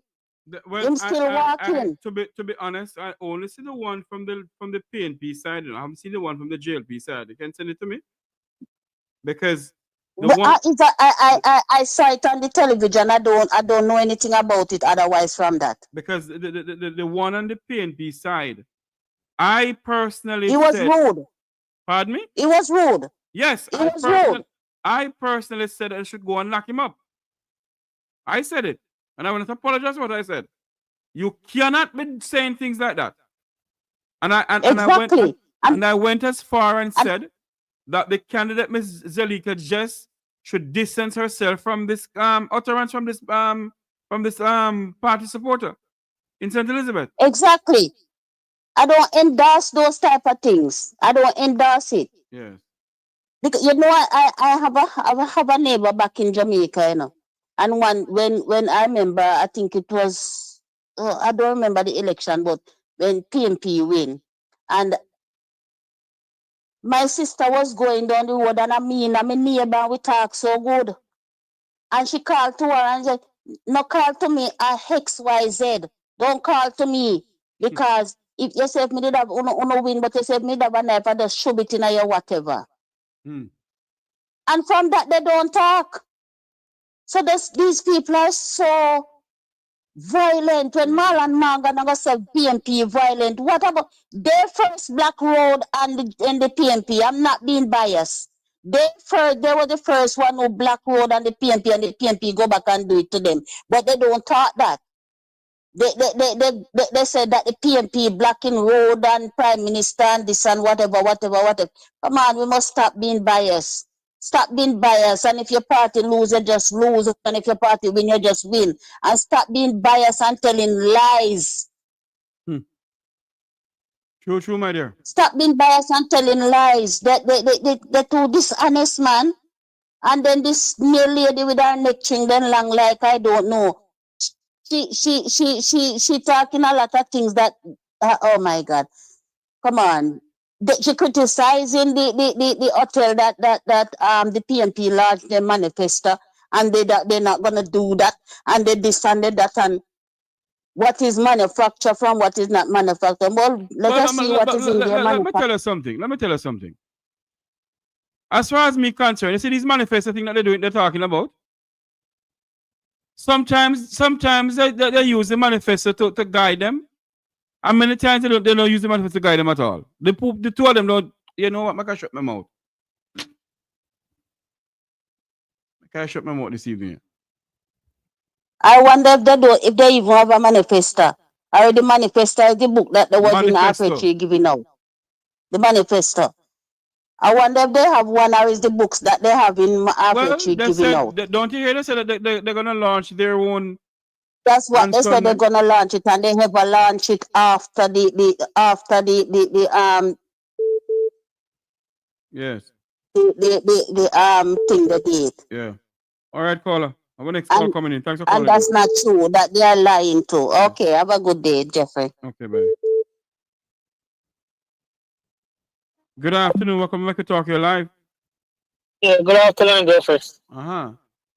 Yeah, I totally agree with you with when you said the manifesto. A lot of the time, both political party, anytime them come forward, the manifesto not come in existence again. They not even remember. So then did I talk about manifesto. Because the other day I was listening to even because I listen to both sides, and I even this lady that you hear come on, she even a talk, and if you notice she talking and like talking down against the other lady a while ago in terms of her neck string and all of that. All of these things need to stop. And I do appreciate that you bring on whichever side so we can listen. So we're all human beings, so you can pick sense out of nonsense out of what the two party bring. The only reason why people cannot talk like in this is because people die-hearted. They talk like they don't die-hearted, but they still have die-heartedness in them.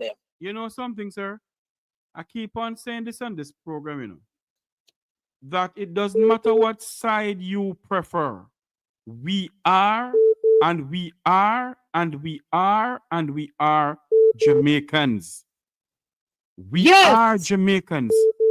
And sometimes we criticize each other as if they're from a different nationality. And it does not look good. It does not look good. Does not. And they come on all the time on the program. Both sides, but I mostly, you can notice mostly you hear the PMP side come on and do it most times. But both sides do it. Because even with the incident with the man that with Silica just down there, the lady talk like say the man, them should have locked up the next man too. We only see one side on the video, so we can't speak as into the next side that happen. But Silica just is somebody that I admire, and I really would want to she come forward. Yes. Yes. All right. Clears herself from those type of things. Totally. Yeah. Okay, sir. Thanks for calling. All right, sir. Have a good one. Yeah. Thank you. Bye. The number to call is 954-529-8030. It's 954-529-8030. There was a call coming in a while ago. Let me see if I can get back that person. Let me see if I can get back that person. Here we go. Graham.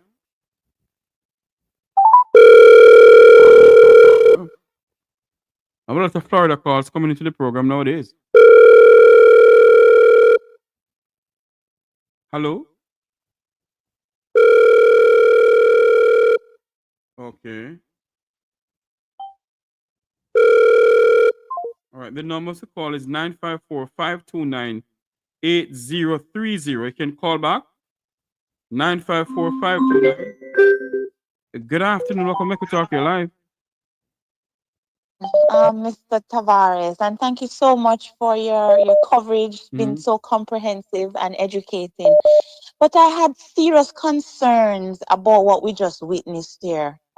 It seemed to me as though they're grasping for straws. It was such an unfocused presentation. They were all over the place.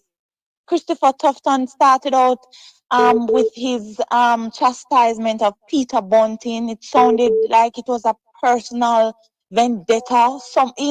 As a matter of fact, Hold on there for me, my dear. Don't move. You hold a minute there for me. I need to do something here. Hold on there for me. This is Make We Talk breaking news.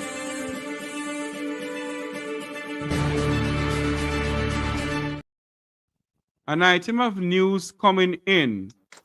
Former Senate and Cabinet Minister Katie Knight has followed through on his threat to file a lawsuit against the Minister of Health and the Jamaica Labour Party campaign chairman, Dr. Christopher Tufton.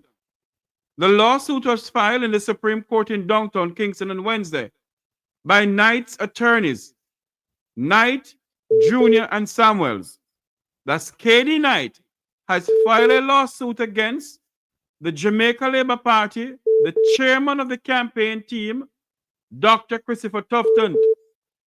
So there you have it. Katie Knight made well on his promise to file a lawsuit. Caller, you still there with us? Go ahead. Yes, I am here, and I will just say very well for Mr. Christopher Tufton, because when you're wrong and strong, you have to pay for it, right? He had an opportunity to walk back his comments and to show some discretion, some awareness of that of his wrongdoing, and he doubled down on it, right? So if you want to be wrong and strong, you have to pay.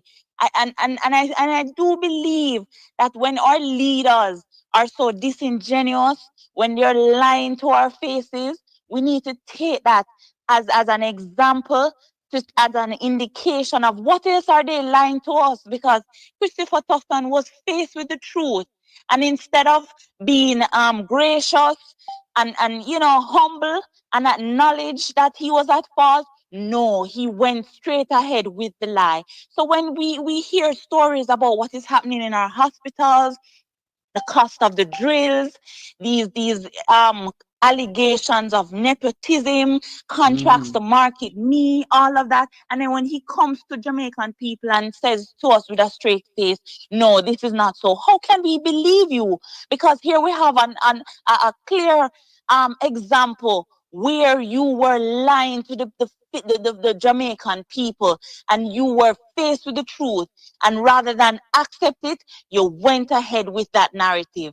And I want to say to Christopher Tufton, was it worth it? Because we all know all is not well in the JLP between Christopher Tufton and the PM. And he went out on a limb with the PM, and now it's going to cost him. It's going to cost him his credibility, and I'm sure it will cost him damages, because these are aggravated damages. The fact that you were faced, you had an opportunity to walk it back, and you went full gung-ho with a lie. And that's my contribution. Thank you, my dear. Thanks for calling in. We're going to take two more calls, 954-529-8030. There was somebody calling us. You can call us back, please.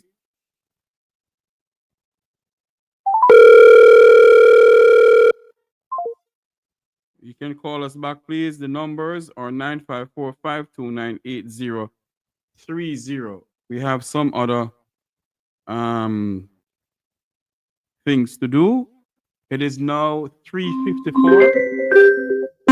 Good afternoon. Welcome back to Talk Your Live. Good evening, rather. A good day. Hello? Greetings to you. Greetings to you, Mr. Jeffrey, and to your viewers. Yeah. People, we see the writing on the wall. We don't know what they must say right now. Right now, what they must say that make no sense. Them to just pack them bag and go.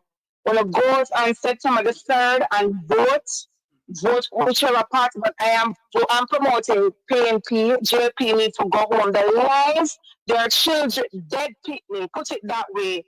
All Christopher, all got them, I don't want to call him the name. All in the are talking about is a health minister. You're supposed to be talking about health. They don't know their job, and that is the problem. They don't know simple line out. Hold on for me. With all fairness, they are not having a news conference on the portfolio that they had before as health, because remember, the parliament has dissolved, so they're having a press conference, a campaign press conference. That's the press conference they're having. It's a campaign press conference. All right. All right. Whatever they have in, but I look and take accountability. We're still waiting on an apology from him. We know we're not going to get it, but we think they would man up and come and do things. All they are walking around doing is cutting ribbon, or write book, or do all sorts of something that dig up and I do a search and I do the all sorts of door explorer behavior. We don't want to hear what they have to say anymore. Jamaica, go out and vote them out. They take their money and anything because them are wicked. Once a wicked, twice a wicked. They're not repenting. And Marlon Morgan, you want to go around and have this act as if you're high and mighty. Listen, God created the heavens and the earth, and God don't like ugly. And before I go, I just want to say this. Apostle Davis, come on now. You're supposed to be a child of God. You're not supposed to be taking side. We used to go to school, right? And back in those time, we used to forget about it. The color yellow or it is gold. And you can't remember green. You can't remember. I want to emphasize on the green, sir. You're up on you're with abortion. But yes, you know what the Bible says about touching not the Lord's anointing. But you're not anointing in the first place. And people afraid to talk about this. I'm a Christian. I'm not afraid to call out one upon a rubbish and a foolishness. Jamaica tear down, man. Yeah. You people can't dress up in a suit and behave like I am mighty. And the people them down in the back, them have the gate fence and all these things. And I talk about windows can leave open. We're going to have a security system and I can't call, okay? I want to let everybody talk about the Jamaica Eye not working. Just give me a few minutes, please. The Jamaica Eye is not working. And all of them something. And if you stop it, man. And if you stop it, man, people will go to and vote them out. They take their money, vote them out, make them go sit down and go color one book. I will tell you, give them some books to go Korean out and play. You're not falling now, man. Mr. Davis, I'm looking for an apology from you. But then I'll come to the 29th. Okay, sir. Okay, ma'am. Thanks much. Good night. Good evening. Make we talk. Hello. Yes, sir. Good afternoon, Mr. Tavares. Hold on for me. Good afternoon to you, listeners and viewers. Yes, sir. Hold on a minute, please. Okay. Go ahead. Hello. Caller, go ahead. Okay. Good afternoon, Mr. Jeffries, to you and to your viewers and listeners. I was just listening to the Labour Party press conference a while ago. I thought it was very organized. I thought it was very put together and straightforward. It hit the point. Contrary to some of what I've heard some of your callers been saying, I mean... What point did it hit? For example, Mr. Tufton spoke about crime. Peter Bunting is a failed crime minister. He's a failed national security minister. Hold on a minute there for me. Hold on. Are you calling me from Jamaica? No, I'm not in Jamaica at the moment. When last have you been to Jamaica? I've been to Jamaica last year. Okay. But I was living in Jamaica. I live in Jamaica. Hold on for me, sir. You was in Jamaica last year, you said? Yes. Okay. Have you traveled the length and breadth of Jamaica when you go down? Yes, I went on a road trip and I traveled just about everywhere. Okay. And what you see so far, you like it? Of course I do. Okay. Like it very, very much. What road do you travel on? You travel on the old roads them and not on the highway? I travel mostly on the highway, but I travel from when I was heading to. That's all I want to hear from you. You travel on the highway and you want to come and tell us everything is holy and donkey in Jamaica? No, man. No, listen to me. That's what you listen to me. I travel on boat. To be honest, I travel on boat. Because guess what? Have you been in the hospitals then? No, I've not been in the hospital. Oh, but everything is holy and donkey in Jamaica. Sir, I'm talking about national security because I'm very much interested in that. I am asking you a question. Have you went in all the hospitals in our country to see what is going on in there? No, sir. Oh, So how is it that you now have the moral authority to come and speak about what is going on in the country? I'm talking about national security. I mean, I know about that. You don't know nothing about national security. Why do you? How do you know that I don't know? Have been murdered in this country since the start of the year? Yes, sir. How much? So far, this year, the murder rate has slashed by 43%. Galan, where they go? Have a good day. Good afternoon. Welcome to our program. You're live. Jeffrey. Yes. Hello? Jeffrey. Yes, sir. Go ahead, head boy. Hello? Yes, head boy. Go ahead. Hello? Head boy, you hearing me? I hear you now. I wasn't hearing you a while ago. Sorry, go ahead. Can you hear me? Yeah, I can hear you now. Good Go ahead. evening. Good day to your listeners. Let me make a public announcement. That was a paid advertisement by the Jamaica Labour Party. They don't pay me though. So you need to go tell them to give your pay.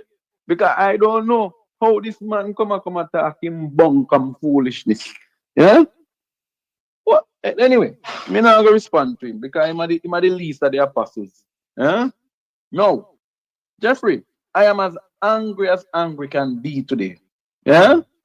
When I listen to this shit coming out of Marlon Morgan mouth, and this shit coming out of Christopher Tufton mouth, and this shit coming out of Camino, yeah, and this shit coming out from what his name, the old idiot senator, yeah. When are we going to, as a country, be serious? Jeffrey, we have an election 2 weeks from now, and the JLP don't have a manifesto. And this man who lives in Florida.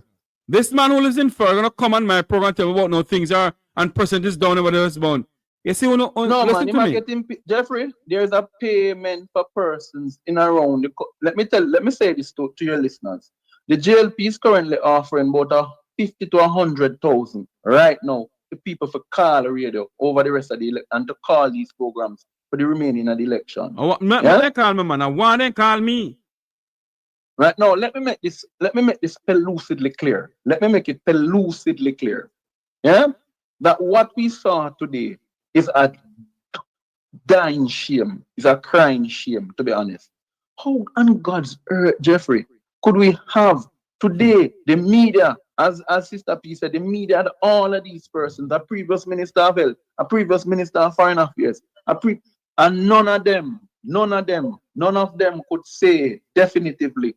None of them could say definitively, right? What is their plans for Jamaica? None of them. Yet idiot and me no come talk about no. It is quite clear that they can't run the affair of the country. Come on him to favor some fat turkey. What I could tell certain people without calling nobody name, I don't want to hear no wife beater and no woman abuser speak to me. Yeah? And I think that it is now high time for the JLP to deal with the wife beaters and the wife abusers who abuse their wife verbally in public and those who beat their wife privately. Yeah? The gloves is off. When you hear this little wicked boy named Marlon Morgan, I talk about people are threatening people and I spread this. Marlon, when you call me on my phone and I tell me, oh, I know your name, I know where you live, was that a threat? Could I have reported you to CTAC? And when he has his surrogates, the little fly by night, pitch by day boys, he has making graphics of Wilfred Rattigan and Jeffrey Tavares and making up false things and putting it out. I said, you need to sue them. I said for your program, Wilfred Rattigan, Andre Stevens, and Nisabel Rowe, you Jeffrey Tavares. Why they couldn't? Marlon, you know my name. And you hear everything when me say. Why you couldn't put my name on it?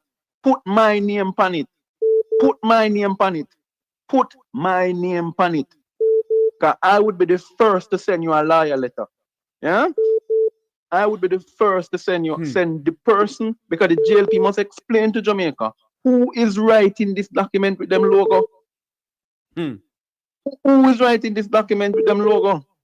You don't need to sue them and let them go say, let them do them investigation and say who did that document. But anyway, me now focus on that because that was a distraction. What the JLP must come and tell us. Here, Christopher Tufton talk about the comment, and the comment incensed me. All that doctor, all that Peter Bunting, and I give in Peter Bunting, doctor, you know, all Peter Bunting said was that we need to change the approach of how we fight crime. It cannot be a bullyism. Himself, our approach is the word that he used simply means that they want to do a community approach. Yeah, an approach where instead of just going and go kick down people's door, analyze people in front of them, pick you see on video people about don't do it, lay down. And all you pow. Yeah? Yes. So he's saying, and remember that Peter, and then Liard Christopton is saying Peter Bunting should not talk about crime. Yeah? Sir, Peter Bunting had the lowest crime rate. Over the 10 years that the JLP has been in power, more people have died over the 20 years when the PNP was in power. Yeah? And that's a statement of fact. But if we want to compare Christopton's tenure versus Delroy, Mr. Chang, who has been the longest serving Minister of National Security outside of Peter Phillips. Yeah? Let us compare those two. And then you would see that for the 9 years, the police, the Ministry of National Security has spent the most money, but yet though we can't get the result. You talk about crime? Peter Bunting never buy a used car and not deliver them. Peter Bunting never take the used car and get Andrew Holness sweetheart or Montague sweetheart or whomever sweetheart him gave them to. Yeah? Una must stop it. The gloves is off. Yeah? The gloves is off. And you, Camina, you have no shame. Your real name is Chameleon. Yeah? You have no shame. Yeah? Yes. You have no shame. Imagine this all, you know what? This whole piece of fat where say she's a minister of government. No, head boy. Yes? I'll go down the road with that. No, I'm angry today, Jeffrey, so let me calm down. But no, but let me tell you something. Imagine, and you know why I'm angry? Kamina Johnson Smith, what business does your husband do? Who is the largest benefactor of contracts from the Jamaica Labour Party in the West? These people are some set of vagabonds. Yeah? Vagabonds. Yeah? And they must be treated accordingly. You want to come mix up decent people now. You're calling all the general secretary name with them damn forwardness. When you go low, we'll go low. Lower. We'll go under the ground with you too. No, when they go low, we go high. Not me. Jeffrey, not me at this stage. And I'm not apologizing for saying it. Let me tell you why. This is why the JLP always behave the way they behave in Jamaica. You know why? Because they come with them all and say, oh, let's push peace. Well, peace, no more peace. I will say it as it is. And the JLP can't come for me, know me. Well, not put, I just want to not put my name on the letter, please. Right, no, man, it is disgusting. No, it is disgusting, Jeffrey. It is disgusting. And I'm saying, imagine the media in Jamaica, right? And I've lost off of every single media house in this country. Imagine the media heard the tirade from Marlon Morgan, and they sat, and none of them said to Marlon Morgan, but you made a statement that said there are some people who want to run the blood, want to swim in the blood of Jamaica. You said that. He said it. You said that. Marlon Morgan in a voice note said, and I quote, Peter Bunting, Mark Golding, Jeffrey Tavares, Conrad O'Brien, Ralston Hyman, they're rather swimming the blood of the Jamaican people to get to Jamaica House. He said it. And I dare him to come on my interview and say that he never said it. He said it. Remember, he said it. I heard it. And he tell me the same thing, that I am one of them who want people to swim in the blood of Jamaicans. Yeah? Come telling me, about I know you, and I know your name, and I know your lips. I don't know you to Marlon. Marlon Morgan believe that he's slick, you know. Believe that he's slick. But there's an old Jamaican saying, don't wait the line when the line is sleeping. All I could tell them, you know me live, come on me yard, waiting for you all, you know. Jeffrey, have a good day. All right, my friend. Cool. Let me get in contact with one of our good friends who has been calling us. Let's call him back.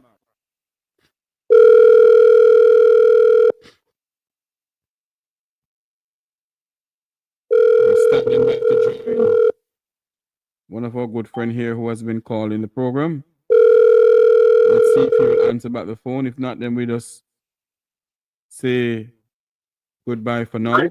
Hey, Sir Francis Smith, welcome to the program. You're live. Hello. Hello, Sir Francis Smith. Yeah. You're live. Go ahead. I just only have one question. How many media houses are there in Jamaica? I can't remember off my head now. Why? How many did you see at this press conference? Must be only 2 or 3.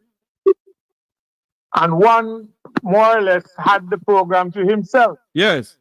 From the nation of the wide. There are 4 questions. Yes, from the nation of the wide. Yeah.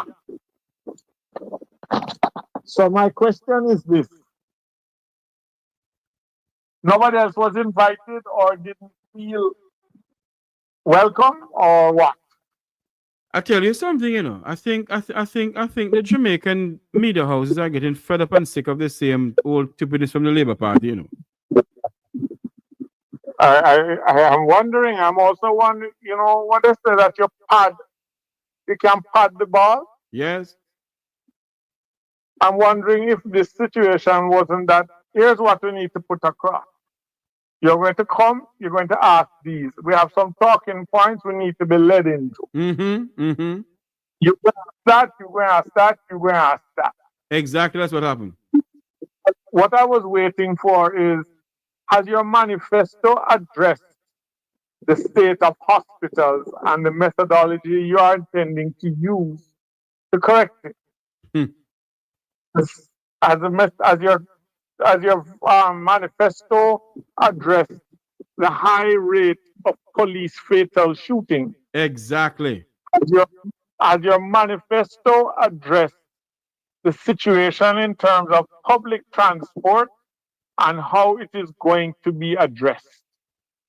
Exactly. As your manifesto addressed the points that there are some foreign matters that are going on that we need to be abreast of because we can be at the sharp end of the stick. For instance, as your manifesto addressed the point that Venezuela and the United States are at the brink of war. I don't think, honestly, Sir Francis Smith, I do not think that the Holness administration give one cahoot about what is going on in Caricom, you know. And other parts of the Caribbean. We've already lost our battle against the oil giant. Of course. By how we deal with Venezuela. Now, there might still be a way back because remember, them still own a great deal of Petrojam. Yes, they do. What are we addressing where that is concerned? But the funniest thing, Sir Smith, everybody owns everything in this country. What do we own? Our opinions, apparently. What on earth do we own in this country? Right now, some friends and cronies of the Labour Party is down in St. Elizabeth digging down there as if there's no tomorrow. Yeah, because somebody tell them some oil and gold around the place. Yes. And some big old blue truck owned by the people of the Vumvova and the Vumvova in the Labour Party is down in St. Elizabeth digging and trucking and all kind of thing. So the question is, what are they trucking out? I tell you something, my friend. If we, the people of this country, and the Jamaicans in the Jamaican diaspora, don't wake up and stop this PNP and JLP stupidness in this country, see? God help us. Well, it's not just PNP and JLP thing, you know. Let me point out to you what I think is happening. I may not be correct, but I'll tell you what I think is happening. Yes, sir.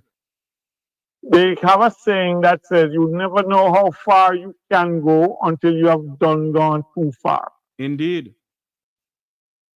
People were counting on being in the same position ad nauseum.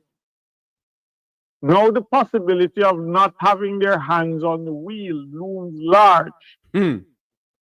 Consequences are becoming vivid. Yes. And it's not just power people want to hold on to. People wish to hold on to freedom. The personal attacks and everything started after at a certain rally, the leader of the opposition singing along with a song when the right time come, Baba go charge for corruption. And it's like dropped a lit match inside a gasoline can. Right. People went, is he joking or is he serious? And I think he's serious. I'm going to remind you of something. The only government in the history of this country that have locked up anyone of high standing, as high as a government minister, was the People's National Party. Yes. Jack Smith in the farm workers' money. People are trying to hide from certain things, but you can't hide forever.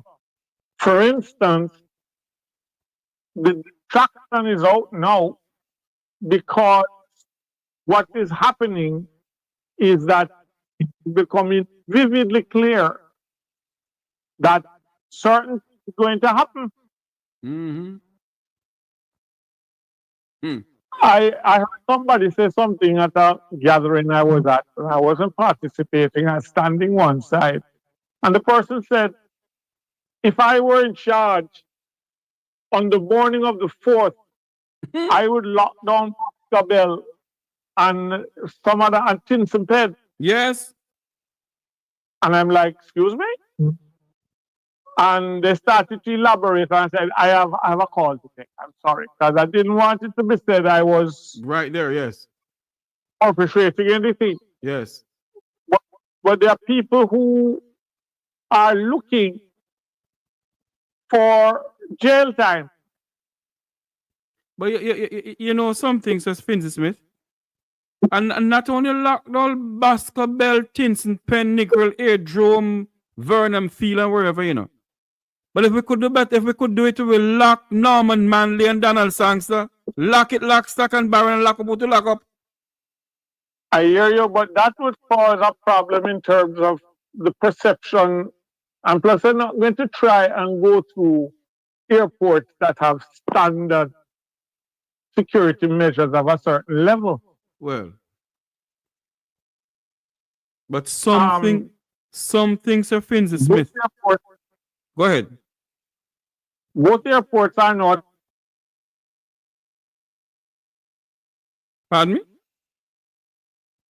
Both airports, Tinson Pen and Baskerville, can accommodate what I call junior jets. The Lyra jets. The smaller jets. Yes. Which is certain people need. To park to run out of here. Yes. It becomes clear that certain things took place on nomination day that people have not taken cognizance of, you know. Talk to us. There were attempted blockages of candidates not reaching nomination centers. Yes, I realize that. They have to use bikes to go on it to get there. And nobody said a word. There was one case where the Labour Party pronounced on film, see them blocking us and totally ignored the fact that their cars were heading in the same direction in front of the PNP cars. So they can't block you if you're traveling in front of them. This country. Sometimes you have people too smart for their own good. Yes, yes. And there are certain things that are going to come up. I can almost guarantee you. One of the excuses given for the, I wouldn't say inappropriate, but unfortunate method of procurement for the buses was that the person who normally sells soap and detergent was the agent for it down here. And I have it on very good authority that no such agent exists. I tell Go you ahead, some please. what I can say to you, Sir Francis Smith, that come this Saturday, I want you. Well, this Saturday gonna be very busy. You're gonna be very, very busy with so many things going on social media this Saturday. But anyway, come this Saturday, make sure you go to Chelsea's Jerk Center, buy some jerk chicken or some jerk pork, go back home, and you sit down around your TV and you tune into Richard Rattigan, because we're gonna talk about the whole bus saga, and there's a big breaking news, Sir Francis Smith. One of the biggest break. Hello. I don't want to spoil your fun, but I might be ahead of you. When you have a conduit, yes, that conduit appears to be clogged. You have to find another way to utilize it, and the best way to utilize it is to find the plumber who used to run it. It is my information that the plumber who used to run it is associated with the so-called agent for the buses. So Smith, I'm gonna say this to you again, sir. Not even the Make We Talk program not gonna have that breaking news like what Wilfred gonna have on Saturday. Because, my Lord, because they will be in a certain camp within the hierarchy of a certain party that they are gonna be saying, how on earth did they get this? Well, what I want to ask you as a bit of, just advice. If I want to make money, are you suggesting that I go to Belmont Road and sell mailbox? So Smith, I have nothing more to say, sir. More than you join Wilfred Rattigan program this Saturday, 3 p.m. Jamaica time, 2 p.m. US time. Okay. No, sorry. 2 p.m. Jamaica time, 3 p.m. US time. All right? Okay, sir. Okay, sir. Thanks much. Bye-bye. Bye-bye. There you have it. We gotta run. No more calls. We gotta run. Thank you all very much for calling in. But remember to join the Region Rattigan program on Saturday for one of the biggest breaking news in the history of social media. All right? Until you hear my voice again, I'm Jeffrey Tavares saying so long. Have a great day, everybody. See you all tomorrow or later on this evening. Hello? Hello? Good afternoon, Zafin. Go ahead, sir. I'm on the air? You're live on here, sir. Okay, I just watched a clip a while ago with Miss Dana Morris Dixon, and he addressed the Prime Minister's former teacher. Have you ever heard of Mr. Andrew once ever been teaching a classroom yet?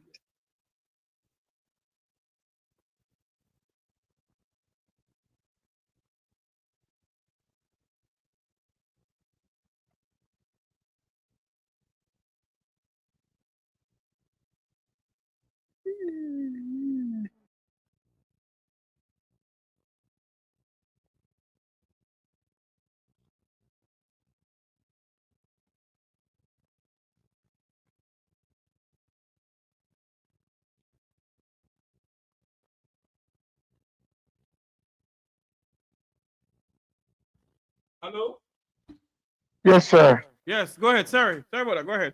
Keep on talking. Yeah, I hear Miss Dana Morris Dixon in a statement a while ago that the Prime Minister is a former classroom teacher. Have you ever heard that?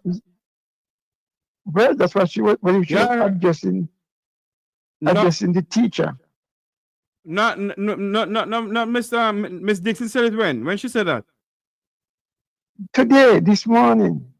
Where she said it? Where she was meeting with the teachers. Well, I didn't hear she said it, so I can't say anything about it because I didn't hear it. I was watching the clip, and he was telling about when they might meet the Prime Minister tomorrow at 9:30, and they will get some hot in front of the zero. Oh, I didn't watch it, sir. Okay. So Sam, I can't comment on it because I didn't hear it. Okay, I'm going to find back the clip. I sent you a release from the National Workers Union. Have you seen it? A release about what? About the negotiation tomorrow with the various. I don't see a letter. I see some words. I can't comment on something that don't have a letterhead in us, Sam. Okay. Yeah, I have to be very. Right now, so many things going on social media with AI. No, it's going to be Valentine's Day to me, man. Okay. So when you say that to me, man, that's me say it from Uncle Granville. Yeah, I'm glad we get it from, man. All right. Okay, so you can look at it. Yes, sir, I will. And I'm encouraged, Mr. Damon Crawford, if you invited to go to that meeting tomorrow. Who, Damon, right? to go to what meeting tomorrow? Can you invite Ms. Dixon's statement and his speech to invite the opposition to attend the meeting with the teachers tomorrow morning at 9:30. So I would want Damien miss the opportunity to come back to the people to give his opinion and whatever agreement the government reach with the teachers. I believe as a leader, to be the next Minister of Education, he should attend the meeting. If he's invited to attend the meeting, sir. Well, the lady said invite the opposition members to attend the meeting.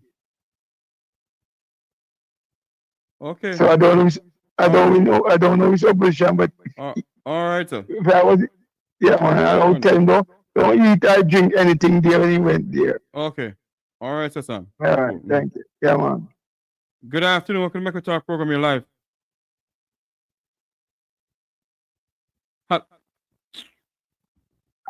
You call the program and you mute your mic. You can call the program, mute your mic. Good afternoon. Welcome back to our program. You're live. Yes, Mr. Tavares, good afternoon. I just want to finish a point that I think Miss P, I think she was the first caller after the conference. She was making a point, but she didn't finish that point. Where she was saying that Mr. Golden, when they put their manifesto out, they make that statement that they have the manifesto light coming, but they are not putting it out until after the JLP put theirs out. So when this woman is talking about that, what's her name, Chameleon or whatever, Mr. Mandy call her, when she was saying that she heard it and she could not believe she thought it was a joke. She's such a liar and a deceiver, because they said it in that press conference when they were having the manifesto that definitely they have a manifesto light. So I just want to finish that completion of her statement, because I know that's where she was going, Miss P, to say it, but she didn't get that chance. And you are doing a great job, Mr. Jeffrey. God bless you for the broadcast as always and breaking it down to us. All right, have a good day now. Thank you very much, my dear. Thanks so much for calling in. You're welcome, sir. Okay, bye. This is where we're going to say so long for now until you hear my voice again. I'm Jeffrey Tavares, signing off on the behalf of Walking Divine Purpose and all those who make this possible. To all the callers, all the people in the chat room, all those who are watching us beyond the shores of Jamaica. As I always say, wherever you're watching and listening from around the world and the Eastern Caribbean, this is Make We Talk. I am Jeffrey Tavares saying, have a great afternoon. Remember to like, share, and subscribe. Like, share, and subscribe. And of course, this is Election Headquarters right here on the Make We Talk Jeffrey Tavares YouTube channel. We will be bringing you live coverage from the opening of the polling station to its close until the end of the day. Who will be Jamaica's next Prime Minister come the 3rd of September 2025? We'll bring that to you live. Have a great afternoon, everybody.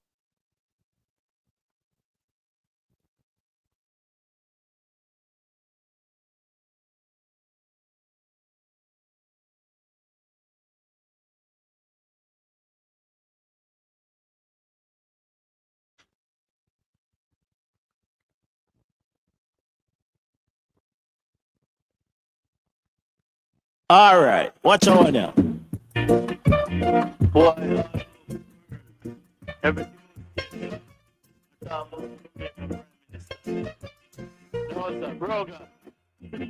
Hey, bro, you tell lie to the people.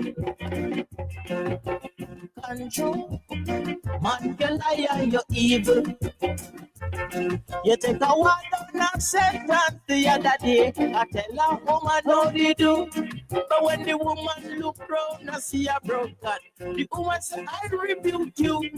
You are Matthew Samota, I walk in a sentence, I try to hold the people.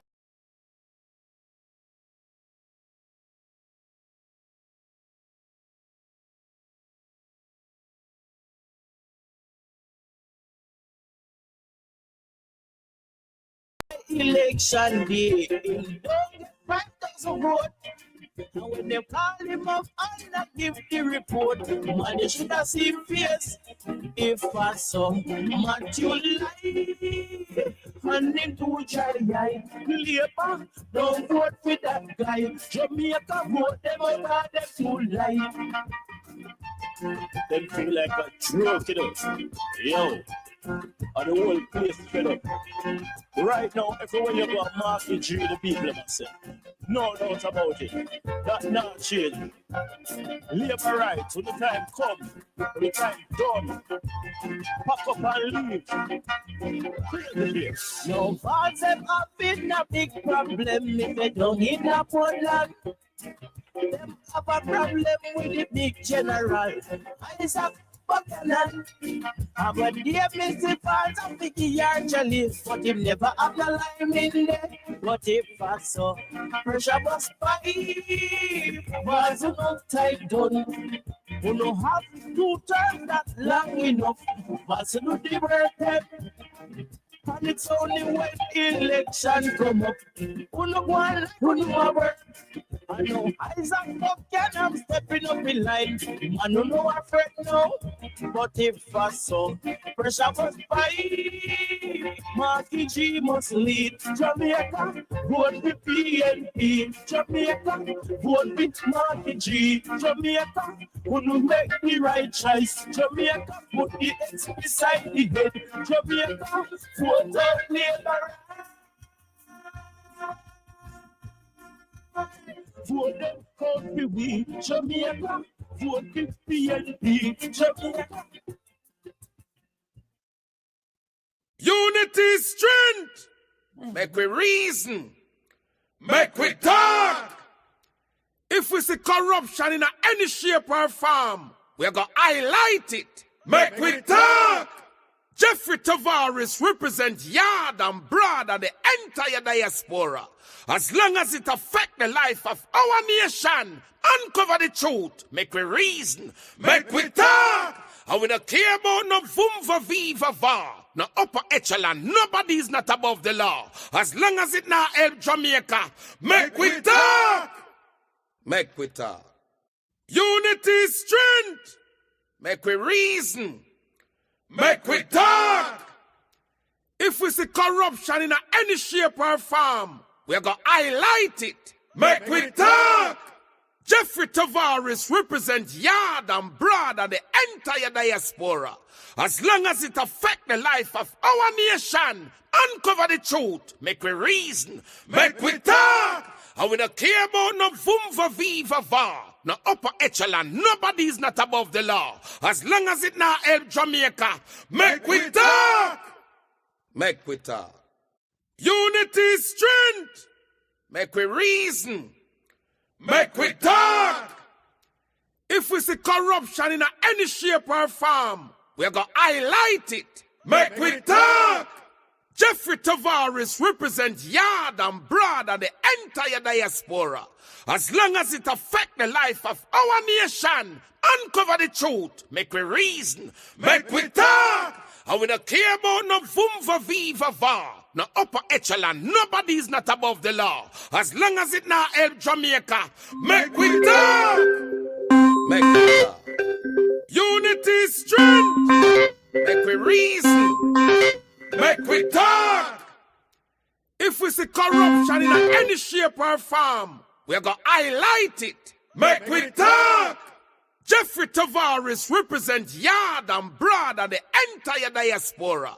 As long as it affects the life of our nation, uncover the truth, make we reason, make we talk. And we don't care about no vumva viva va, no upper echelon, nobody is not above the law. As long as it not help Jamaica, make we talk. Make we talk.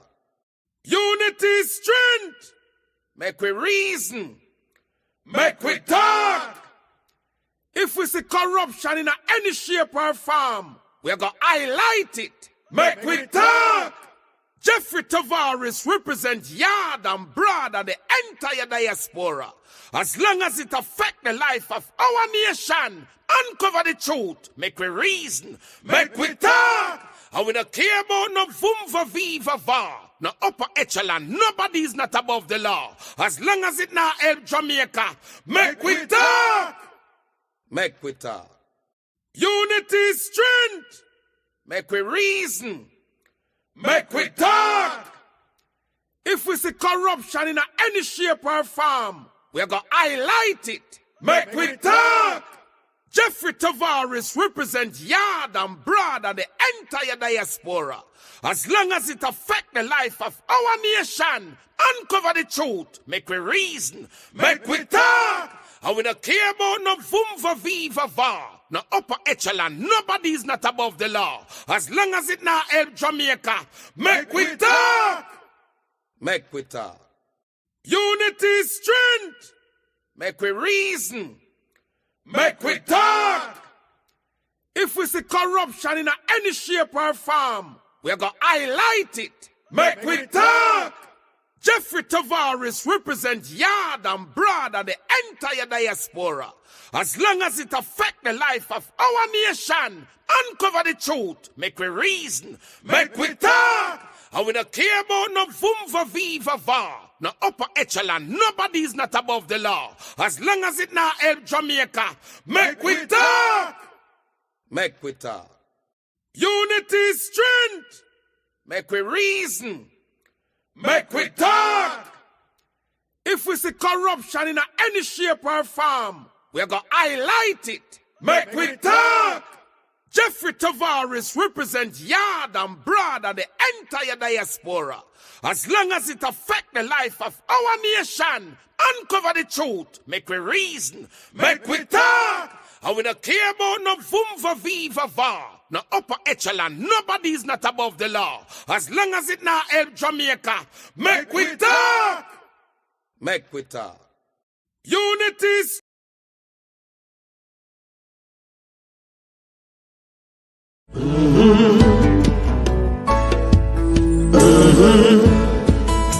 When the game gets rough and this life just seems so tough, make we talk, my people, make we talk.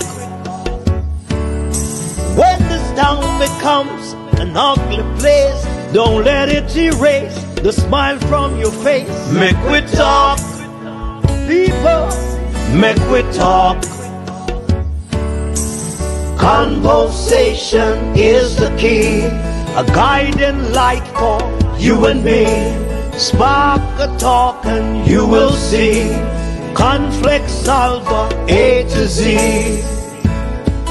World leaders master the art of self-defense just by talk. So people, make we talk. Hey, we're living in a world that on ourselves we must depend. Make we talk.